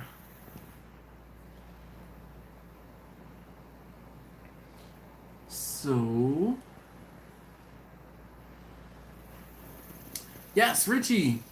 Quester J has so eloquently put it in there for me, but it's in the description of all of the recent videos. You just have to scroll down, like hit the see more, and it's there. So, but yes, I do have a post office box, and I check that post office box 2 to 3 times a week, and I can tell you there hasn't been anything in the post office box in a while. I actually filmed the lessons learned video from the cook on that grill in the rotisserie this afternoon, and I made mention of the fact that there's been nothing in the P.O. box. But yeah, I really do like trying some of the stuff that you send, and there are times when I don't like the stuff that you guys send, but I will try it. We will try it usually. In the Costco Business Center, they sell tri-tips, suckling pigs, and whole goats. This is legit. If you have one in my area, Conrad, I do not think I do, but I will look into it. It's not raining. We can finish the house. Well, Gressa J, hopefully it stops and long enough for you to get it finished. Get a Weber kettle. Yo, I have spent a lot of money. So the patrons, I just want to say thank you, because I've spent a pretty penny on Weber kettle accessories, and I am going to film a video talking about the Weber kettle accessories I bought recently. But you know, I just want to say thank you to you guys. Yes, Ricer, that is dedication. Hey, yo, Preston! I was talking about you earlier. I was wondering where you were. You know, hopefully Dino and Dino PJ? What is it? Dino? Who was your other one? Oh, man. See, it's been too long. Not really. Benji, Hot Links not necessarily, but they do a lot of half smokes, and I'm not even sure exactly what half smoke is, but close enough to be into DC. Half smokes are a big thing down in DC. Put up, we appreciate regardless. Well, thank you very much, Jeff. I definitely appreciate that. Eric, Rife Snyder, how you doing? Or is it Reef Snyder? Hopefully I said it right, one of those pronunciations. The rust metal. Yes, he said William said his first smoker was more rust than metal. He said it did the trick though. Yes, we all remember our first smokers, don't we? Yeah. Alright. It's a bigger company. Hire a celebrity like you. Huh. I'm not a celebrity. Hero! How are you? Konnichiwa? Huh. Richie, thank you very much, sir. PJ and Dino PJ. Alright, there we go. There we go. I'm saying, just had a brain fart there. Well, man, we got the chef here. Chef Johnny, right? Texas style, barbecue and cuisine. Thank you, sir, for hanging out and popping in. So, hello, Hero. Hero, hello. What's up from Australia? Oh my gosh, man. Yo, I guess it is, you know, other side of the world. Folks are sitting down at their desks or doing whatever. Let's see. What's up from Australia? Been listening from the start with headphones in while mowing lawns. Yo, I could use you. You want to come and cut my lawn? I will feed you. The guy that's been cutting my lawn for years is retiring. Sadly. Yeah, a person said he told me a couple weeks ago his wife was working mornings and now she's got to his night schedule all messed up. Man, you go and tell her boss that that's not the way this works. Now you have to be on a live stream on Wednesdays. You add value to the live streams.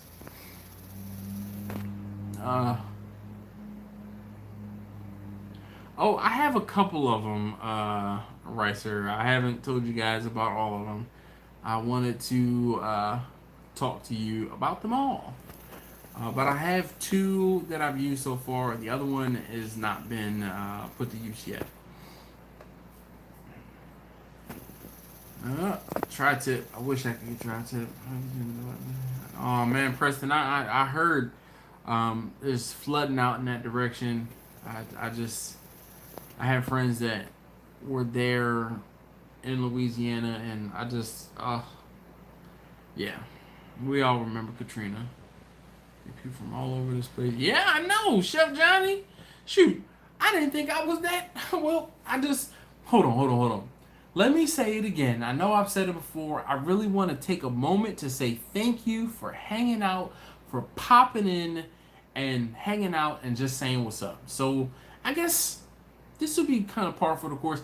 If you haven't already, please hit that like button. I'd greatly appreciate that. Right? I tell you guys all the time, it not only makes me feel better, it helps these videos immensely. And then second, if you could just, if you're still here an hour and 46 minutes into the live stream, do me a solid and tell me where you are checking in from. So, Kevin, what's the next video part? Get released part 2. It will be available tomorrow morning at 7 a.m. Eastern. Dude, international. Yes, indeed, William. Definitely. This is like that girl. Can't wait to see what goes wrong in the next video. Alright, so here's the thing. Go back to the first video. I left a glaring hint in the first video what happens in the second video. It was a little bit about foreshadowing. Okay? So those of you guys who had a keen eye and it was in the first couple of minutes, well, it was in the first video. I talk about what happens. I don't give you great detail about what happens, but I do give you a hint. There was a big old hint. Eric says he found a great price on Kingsford charcoal. All right, we all can celebrate that. That is what's up. That sent you an email. Betty said, you see my mascot. All right, I will check it out, Jack. Thank you very much. Andre says he's checking in from New York. What up? Eric is, all right, so it's probably Rife Snyder checking in from Lancaster County, Pennsylvania. Stand up. Preston says Southeast Louisiana, baby. All right, I know that was probably a horrible impersonation, but everything in Louisiana is baby. You know what you talking about, baby? Hey Dash, sorry, my boy called, but so I'm sorry. I did see that question. I have not necessarily roasted oysters, but I have grilled some oysters. My wife found a recipe some years ago. All right. The reason she found this recipe is because I got a box of oysters on sale from the Restaurant Depot.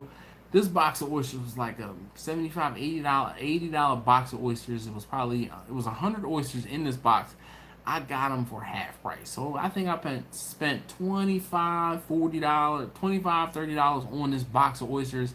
Yo, we ate oysters for a whole week. All right. And I mean, we had raw oysters. So of course I saw the oysters. My wife was in the Restaurant Depot with me.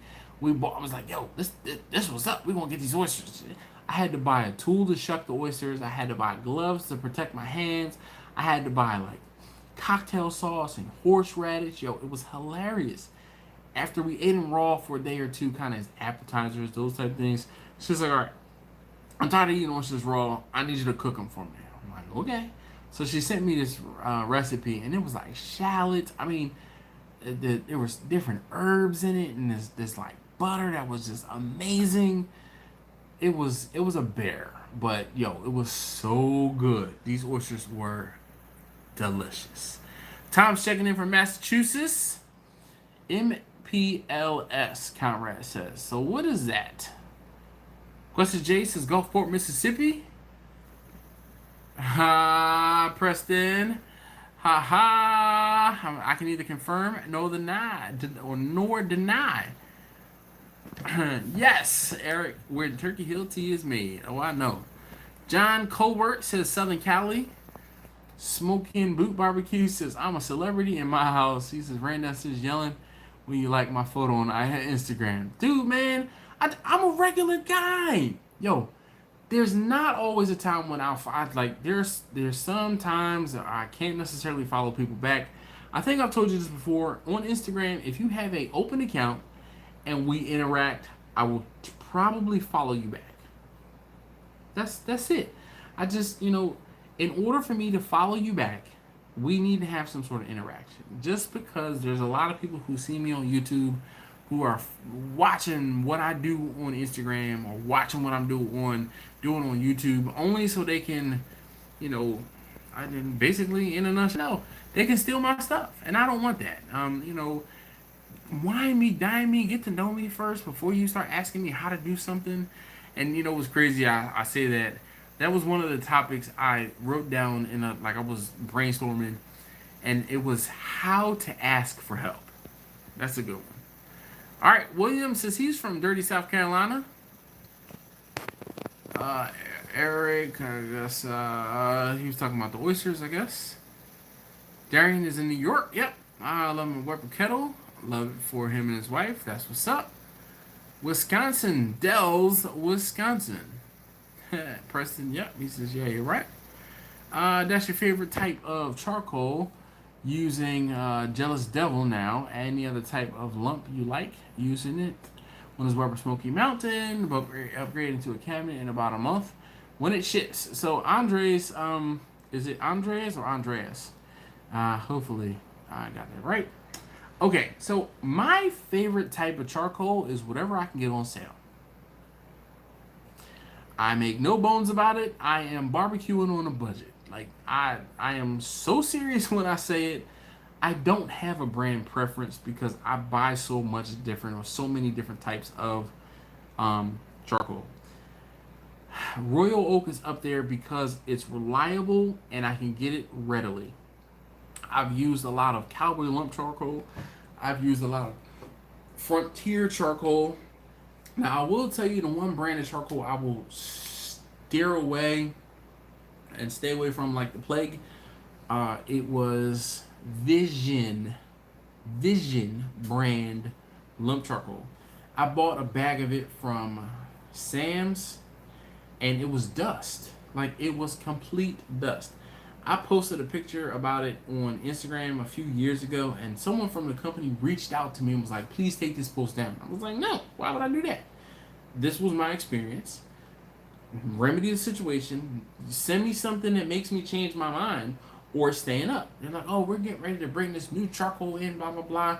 The reason why it was powder or this, that, and the third is because of how Sam's shipped it. Well, that's not my fault. Your brand is on this bag. Even though Sam's is the one selling it for you or on your behalf, you're the one that's catching this L. I'm not taking anything down unless you remedy the situation. You send me something that's better quality, change my mind. Never heard anything back from that person. All right, Jack says South Central Indiana. Plot twist.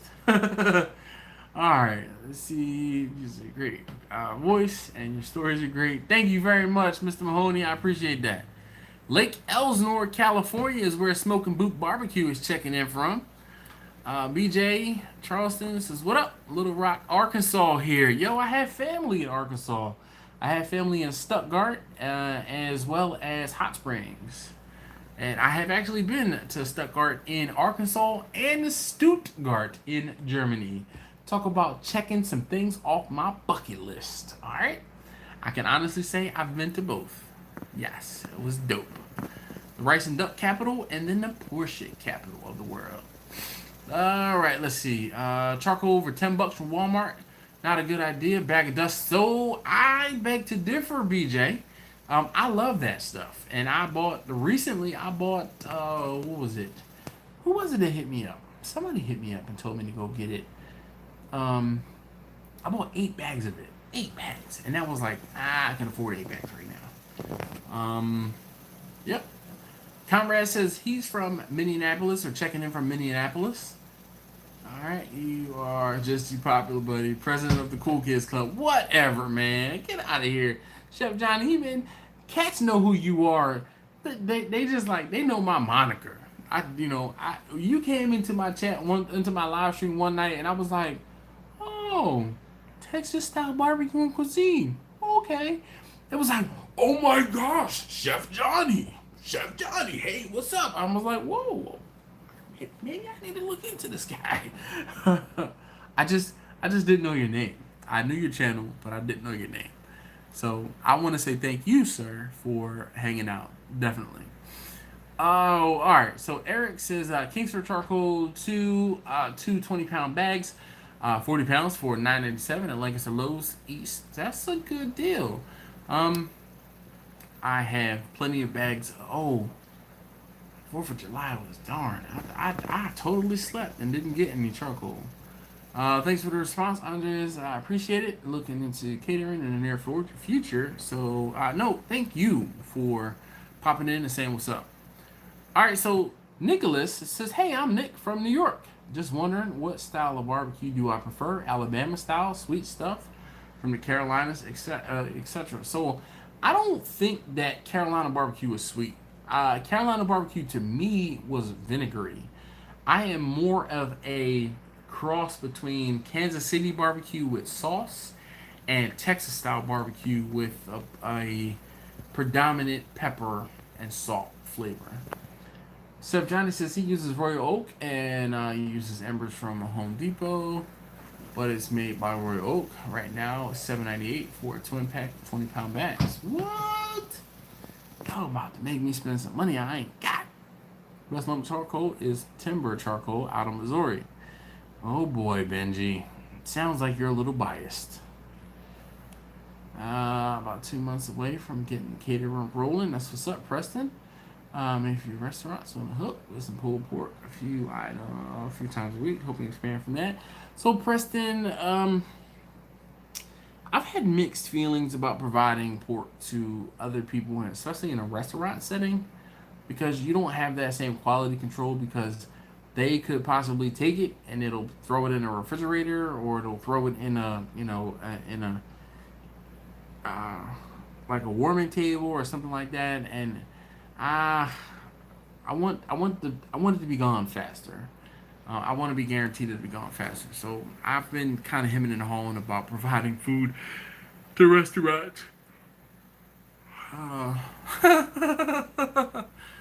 Oh man, where is Kirk?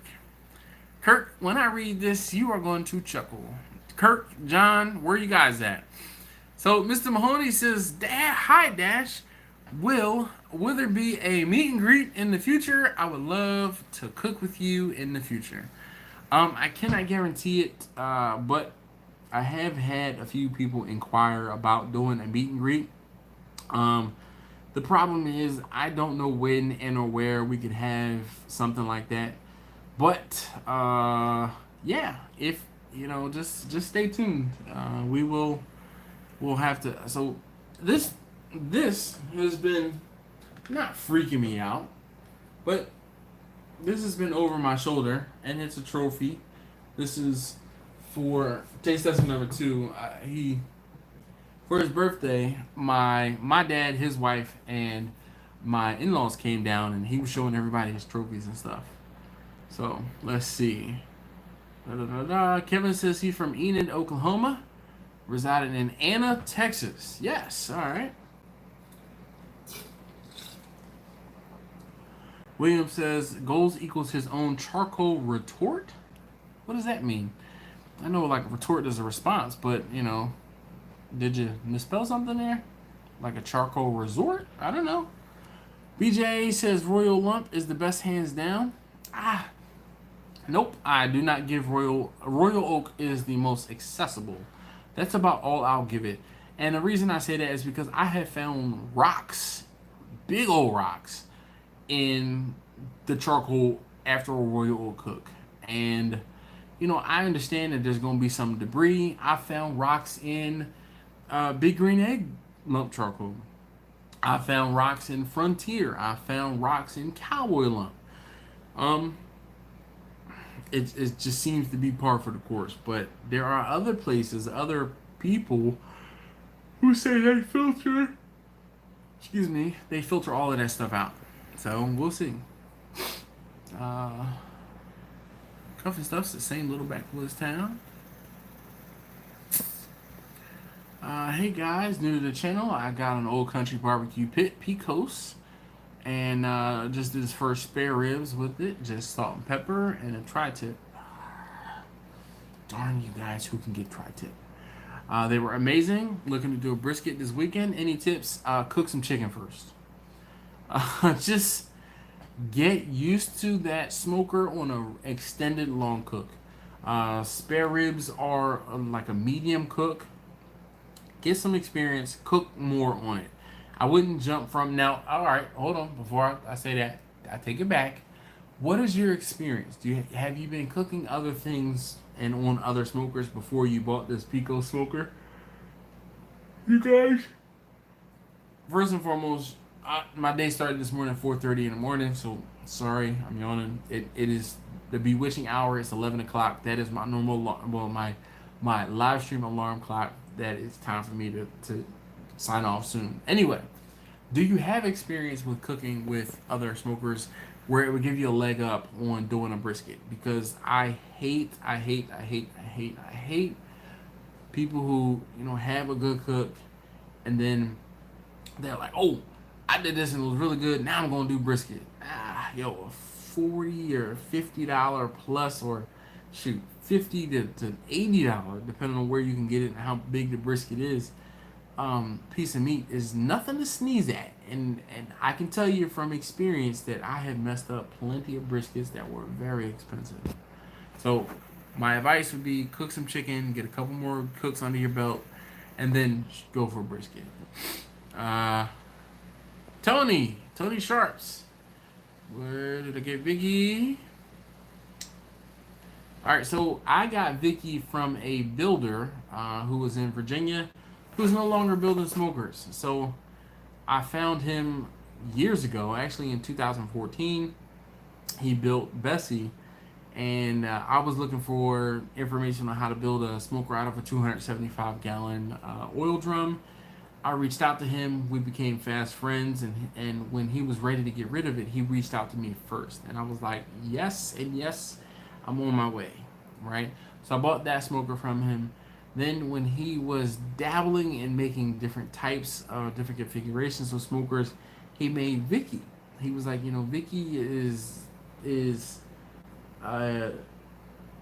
insulated smoker. Like, that was his first foray into insulated smokers. He made Vicky, and when it came time, when it was finished, he asked me to help him out to get the bid up on eBay. He's like, hey, can you get the bid up on eBay to make sure I cover my costs? And I'm like, oh yeah, sure. And then when I made the bid on eBay, PayPal was like, hey, we noticed you bid on something on eBay. We can give you a couple $1,000 to make that purchase because of my PayPal transaction history. And I was like, wait, what? Hold on. So then when I upped my bid to a nominal bid, to give him a little, to give him what he paid or put into it, and then give him a little bit of profit, and he was like, hold on, what's going on? I'm like, yo, I'm serious about buying a smoker. He's like, when did that happen? I was like, well, when I saw that I could afford it, I couldn't afford it. I got a loan. So I said I got a loan from PayPal, and they gave me this amount of money, so I'm going to go ahead and do that. And then I took that loan, and I paid it off in less than a year and a half. It was like 13, 14 months I paid that loan off from the sales of my barbecue, which was dope. Kurt, talking about Dash Bash. Yep, I knew you would have something to say about that. Anybody use the extruded coconut shell, coconut logs, pricey, but they burn hot and long with very little ash.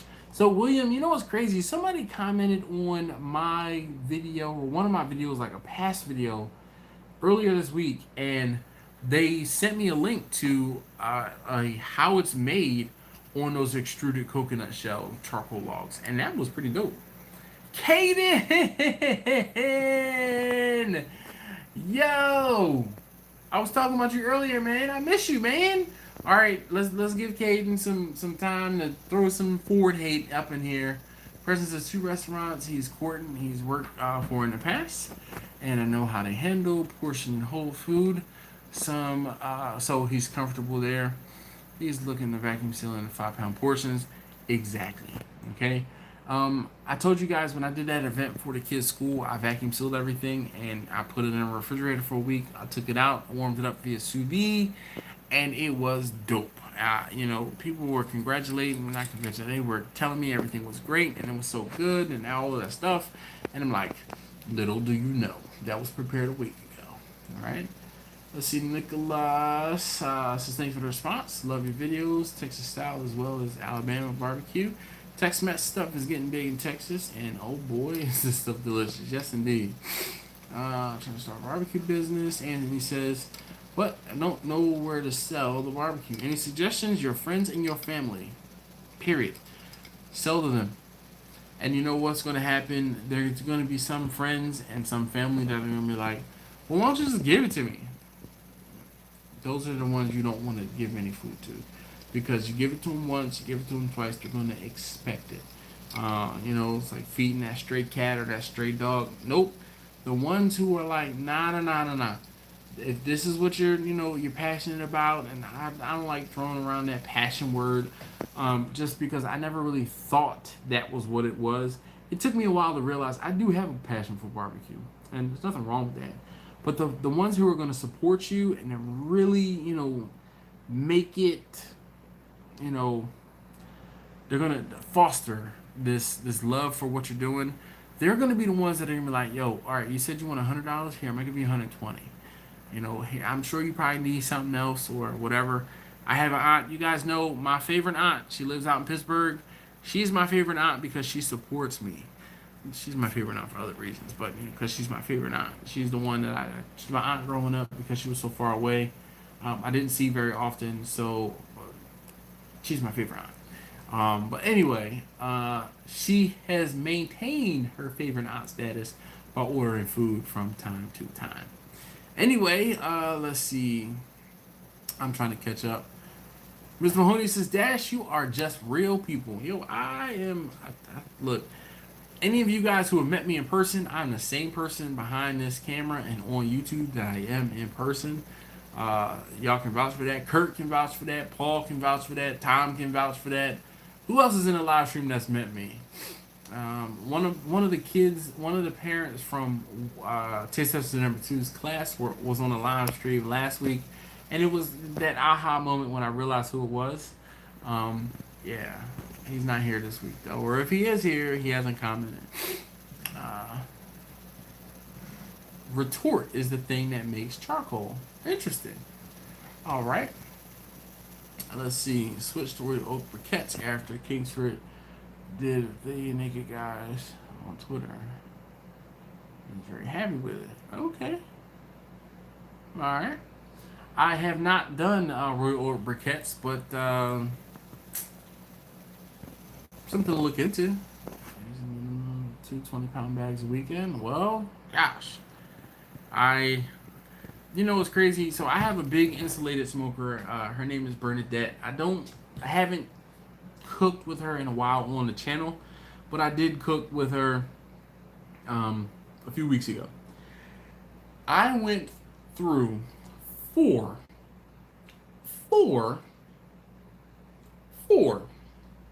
34-pound bags of, was it Cowboy Lump or Frontier Lump, or I think it was Cowboy Lump charcoal I got from Costco in 3 days. 3 days. Mr. Mahoney says he love art. Have you given any more thoughts on the 10K giveaway? So, Questa J, I have and I haven't. It's just been a crazy time of year for me, and one of the things that, and I've kind of not talked about, but I've kind of told you guys, it's pretty darn hot in my garage, and me being out there trying to fabricate something or do something, it's just too hot. I will tell you guys, I reached out to Portacool. Any of you guys know who Portacool is? I reached out to Portacool and I was like, hey, I would love to showcase one of your devices, blah, blah, blah. Help me out. I do barbecue in my garage, and it's really hot, it's summertime, yada, yada, blah, blah, blah. And the person who would be my rep, he reached out up the chain to someone in their marketing department, and blah, blah, blah. And basically they came back and said, hey, if you want to be a ambassador, you can be an ambassador. You need to have, you need to post talking about Portacool X number of times a month, and you need to have, 5,000 followers, subscribers across all platforms. I'm like, cool. But if you want a device, if you want a Portacool device, they say you need 100,000 followers, subscribers, all of those things across all platforms on your social media. Yo, how do you go from 5,000 to 100,000? I can understand like 20, 25,000. I got that. I'm close enough. We're like skirting between Facebook, Instagram, YouTube. YouTube is at what, 11, almost 12,000 now. Instagram is at almost 8,000. That's 20,000 right there, right? Facebook, I don't put as much effort into my Facebook page because I'm not a big fan of Facebook. Oh, my friends, that chat is not muted. That's what it is. Anyway, so yeah, I don't have 100,000 combined subscribers, followers, this, that, and other. Oh, Twitter. Let's add Twitter too. I think I have a couple hundred folks on Twitter. I'm not really active on Twitter either. But 100,000, that's ridiculous. All right, Mark Andrew Cooper says, hey Dash, love your content, and you've been a great resource and information for me. Keep up the great work. Thank you very much. Yeah, Benji, I wasn't going to question it. I was just going to look it up later to, maybe it was a gimmick or something. Conrad says, Big Green Egg lump is Royal Oak. Just paying extra for the Big Green Egg name of the bag. Nope, I don't do that. I got a bag of Big Green Oak. Yo, I had a bag of Big Green Oak, Big Green Egg charcoal for over a year before I finally used it. So your friends so your friends and family, Preston, he agrees. Thanks, man. Had a trigger a long time ago, was always one on offset. Longest cook on the offset was like 6 hours and then held it up like a champ. I'll do some more ribs and chicken before jumping up. Just only thing, Mr. Murray, is again because I would hate to see you ruin a beautiful piece of meat that was expensive, and buying one brisket or like 4 chickens. I'm gonna say buy the 4 chickens until you get to the point where that smoker in and out. Chef Johnny, thank you very much. Good night. I know I'm a couple minutes behind. Oh my gosh, I'm like 8 minutes behind in comments. I apologize. Telling stories loses comments. Oh man. These like that and good. Feel free to use or show folks who are fabricators, the videos when I use Vicky, and if somebody can make something. The problem is the guy who built the smoker, he made videos about how he made that smoker. He made videos about how he made Bernadette. He took them down, and I did not download them before he took them down. I mean, detailed videos on how he made everything with all of the measurements, the gauges, how much it cost him for this and that, and I didn't do it. I didn't download the stuff. It was like, And not only did he download it from off of YouTube, he downloaded them off his computer, and yeah. Glenn, I'm good. I am going to be wrapping this up soon, so don't get too comfortable. Caden, I see your comment here. I'm trying to catch up. Trying to my buddies, long under the pillows from the waist. That's what's up, man. Thanks. Mr. Burger Smoker. No problem, Tony. Dante, how you doing? Comments. Caton almost got me. He says on a calm night, if you listen very carefully, you can hear a Ford rust. Damn it, Caton. I missed you, man.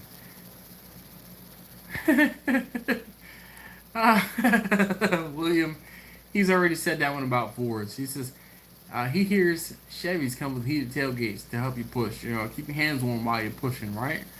I'm sorry, Glenn. Hopefully it's better. A little nicer to push. Talk to you guys. Yes, Ricer, you do talk to me all the time. You'd come down to my area. Alright, well. Kirk's is even more fun.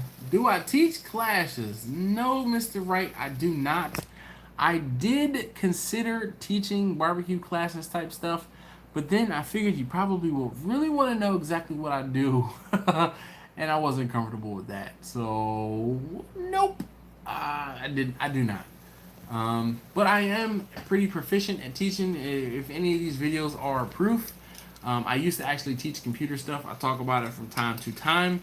And my students, I could call up one of my students right now and be like, yo, tell me 2 things good about what I taught you. And a couple of my students actually got jobs with my former company. Well, I guess they're still current company, but I got them jobs with my company, and I taught them well enough for them to be able to get jobs, and they surpassed me. You know, it's like my kids. You know, you want your kids to do better than you do. Never got a trophy with barbecue, but I had 2nd place for eating flatbread. I think it was fixed. Mr. Mahoney, you know what's crazy? I actually won a pie eating contest at my job some years ago, and I didn't get a trophy or a plaque or anything. They were just like, yeah, good job. Well, thank you, man. Mr. Mahoney says, before you sign off, you are downright awesome. Well, awesome. Thank you. If you come up with something, I'll help you out however I can. Well, Quester J, I know. I know I have your support. Not just your support, but, you know, there's a bunch of you guys that are willing to help out, and it astounds me every single time. Like today, in the live stream here, I've raised $54. That is amazing. On the PayPal, okay, I know I probably raised another $30, $40, okay? A couple of you guys definitely donated. The cost of this brisket has been covered. The shipping for this brisket has been covered. If I can send him something else, maybe I'll do that too. Alright? Problem is, the more I ship, the more the box is going to cost. And I have to get dry ice and everything, and the more the box is going to cost. So I have to be careful. It's a slippery slope. Drill Sergeant, how are you doing, sir? No problem, Anthony.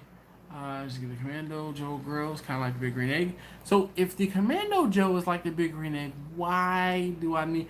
No, so if there was another ceramic grill I would get, it would be the Primo XL. It's oval. That's a game changer to me. Should be made face to face with a handshake. All right. Yep. The weather out here, it is hot as hell.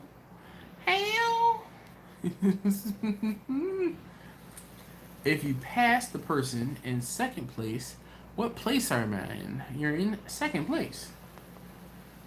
All right, Homer. I will try. What's new, barbecue? What's going on, sir? How you doing this evening? Yo, I feel so bad when I'm about to sign off and we're like in a groove and we're talking and we're vibing, and I'm like, yo, I hate to be the bearer of bad news, but I've been up since 4:30 this morning, and it's after 11 o'clock, and I gotta get up tomorrow morning at 6, and I feel like it's just, I'm like listing off excuses. So, Mr. Murray, I have tried Cosmos Q's rubs, and I thought they were very sweet. I'm not a very sweet barbecue fan. I like more savory than I like sweet, and they were just very sweet. Now, I did use almost all of the seasonings I had up. No, Homer, no problem. I get it. I speak internet. I'm fluent in internet and sarcasm. But I get it. It's like, please, Call me Homer. If I don't remember Homer, then I will try to call you Mr. Mahoney. It's just a respect thing. I don't care how young or old you are. You know, I respect you guys for spending your time here with me. So the least I can do is address you, you know, professionally, if you will. Let's do one today at the meat block. A little old shape. I might have to cook on one later this summer. Well, that's what's up. That's free brisket. Yep. And I don't want to hear anything about hot. Oh my gosh. Caden says, have I earned the best bud free brisket yet? And he doesn't want to hear anything about hot and heat index. It was 108 today, and he said it was hotter than Satan's front porch. No, Caden, you haven't insulted me enough to earn the best bud brisket award. Weren't we just talking about get people wanting food for free, Caden? No, yeah, spicy rub. So, you know what? It was a little underwhelming. I was expecting it to be spicy. I was hoping it was going to be spicy. When people say, "Oh, this is a spicy rub," and it's not spicy, I'm like, wah, wah, wah. Yeah, I like the cow cover, and I like the hot cow cover. I use it a lot for burgers more than anything, though. And I used it for beef ribs. So I saw the cooler. I used to make swamp cooler. Homer. I've seen him. Betty and I will be here next week. All right, Jack. Thank you very much, Betty. You take care of him. Hopefully, you can encourage him to do better as far as his camel flavored barbecue. All right. Mr. Murray says that he lives in Georgia, but he loves Texas style barbecue. Caden says, "Hold my beer. Watch this." Caden, ain't no way you should be drinking beer. All right, let me put it in terms you understand. Ain't no way you should be drinking beer. Not blowing smoke. Well, thank you. I appreciate it. Oh, no. I've seen them. So I helped a friend of mine make a swamp cooler. He put ice and was it? No, it's just ice in a hole, and he had like he had like a fan pointing up to a fan pointing out, and it was just blowing cold air, and it was dope. Like it worked. It definitely worked. Oh my gosh, Jerry's Fingers is 75 in California today. Woo!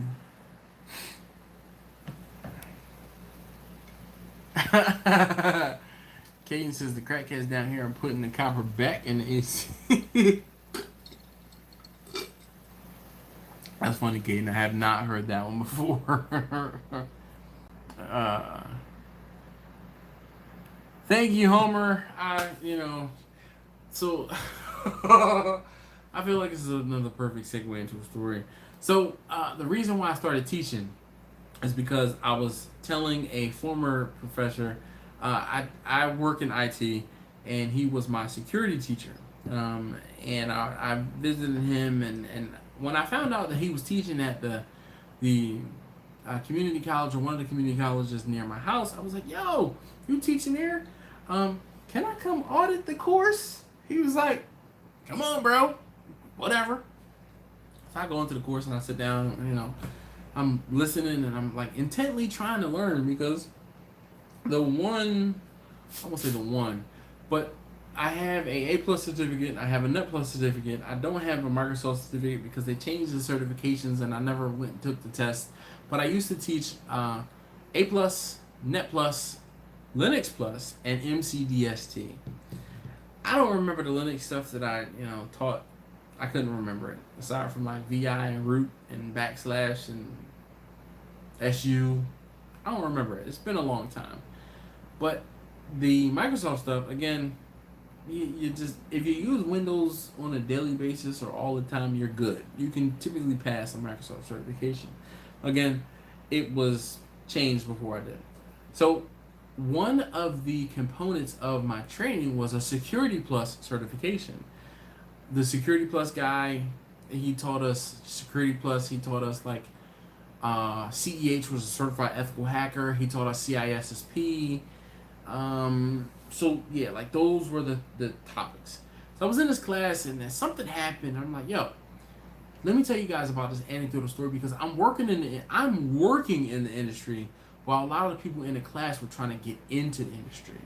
And you know, the guy's name was Joe. So Joe was sitting there and he's like,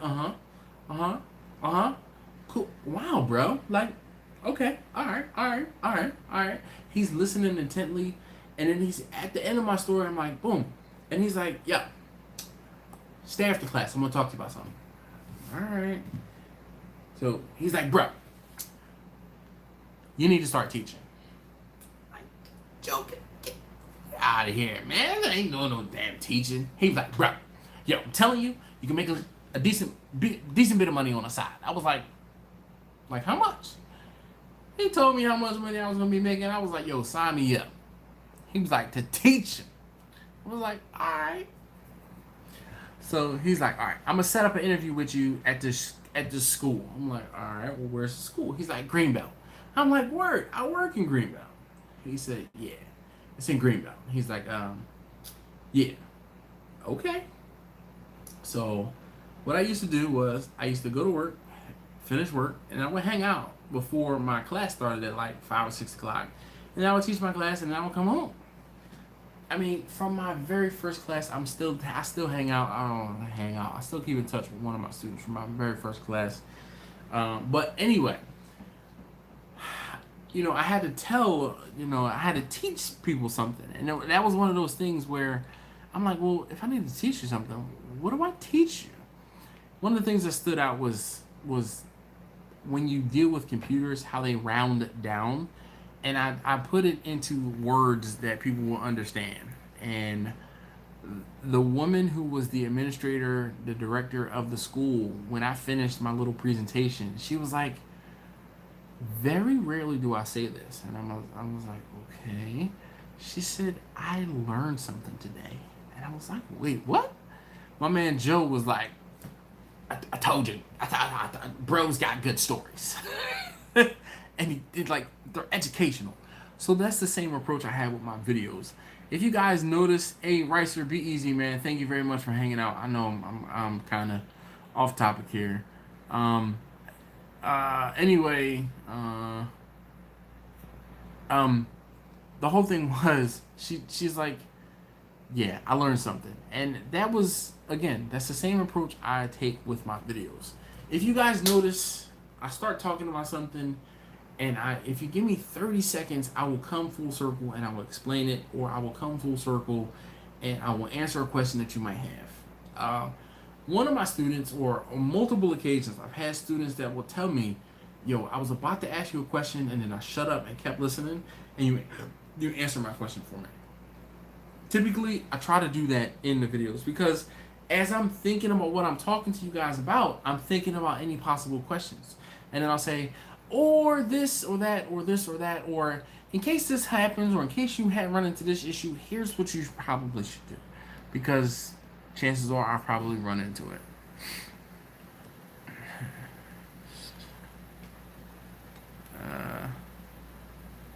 Caden, whatever. Alright, Ricer, be easy, man.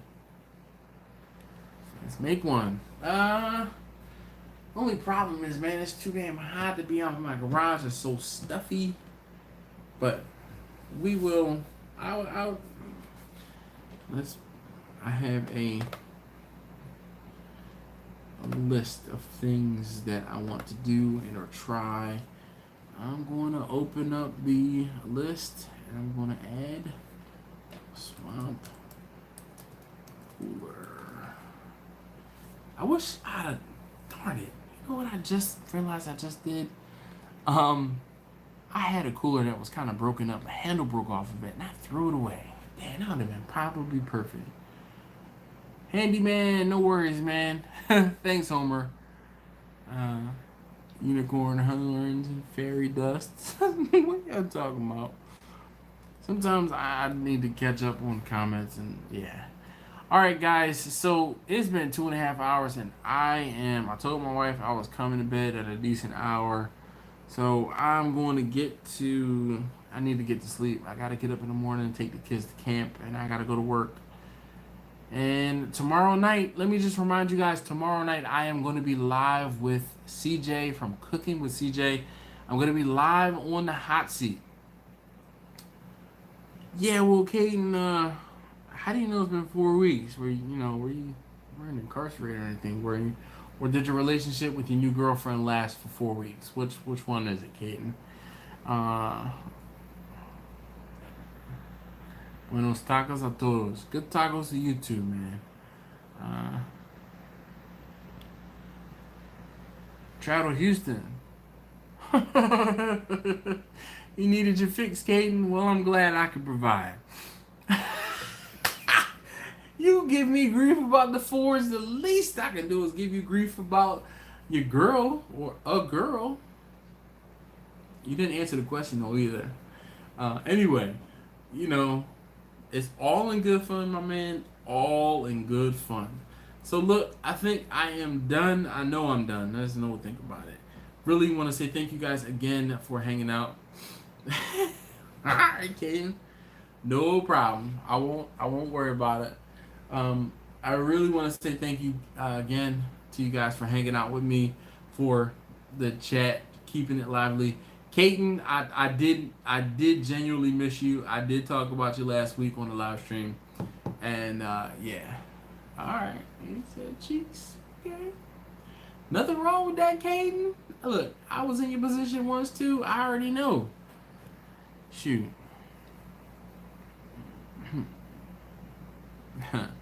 Thank you, Tom.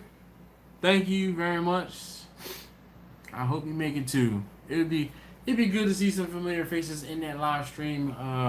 It definitely make me feel better. A little more at ease.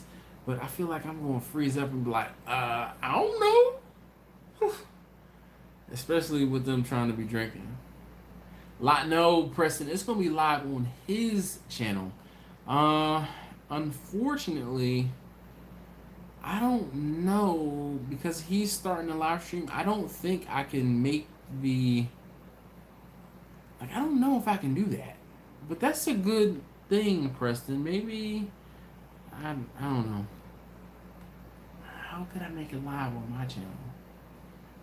Aside from recording the screen on my laptop with the sound playing, and then I can't do that because then it's gonna mess up my my audio. Yes, definitely miss you too, Caden. Yes, you definitely are an OG, for real. His name is CJ. So, Preston, I posted a video earlier today with the link to the video tomorrow night. So, if you wanted to click that link, you can set a reminder in YouTube to be notified when that goes live tomorrow. William, yep. Bob Bistro. Yeah. All right. So, Preston, thank you very much. Caden, always a pleasure, bruh. William, thank you very much. I am gone. Tom, thank you, sir. Preston, thank you. Homer, nice meeting you, sir. Thank you very much. Richie, thank you very much for hanging out. I want to say thank you and goodbye. Pick a subscriber tonight. We'll get to 20 yet. Cuff and Stuff Barbecue. Am I following you? If not, I will make it so. Let's see here. Go to channel.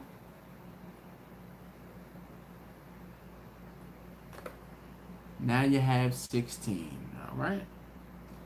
Look at that. You have stuff on your channel. I will watch. I will comment in the beginning. I can't guarantee that I will comment forever, but I will comment every now and again. All right. Thank you, sir. Definitely appreciate you hanging out and subscribing and watching. All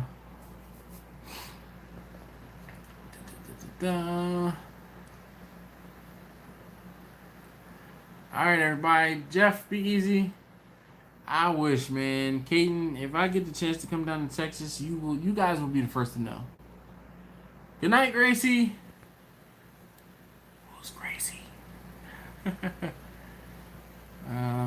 Thank you very much, Andre. Is it Andreas or Andreas? Tom, no, I don't have a podcast, Dante. Oh my gosh. You guys have no idea the amount of time it takes for me to get the videos together, to edit them, to comment, to reply. I have no time for podcasts. If I want to get some sleep and be healthy, like you see, I'm like, I don't have time to do a podcast. Even though, I could probably squeak out a half an hour or something here and there. But, I mean, for the most part, the podcast is going to be similar to the live stream. To me, at least. Let's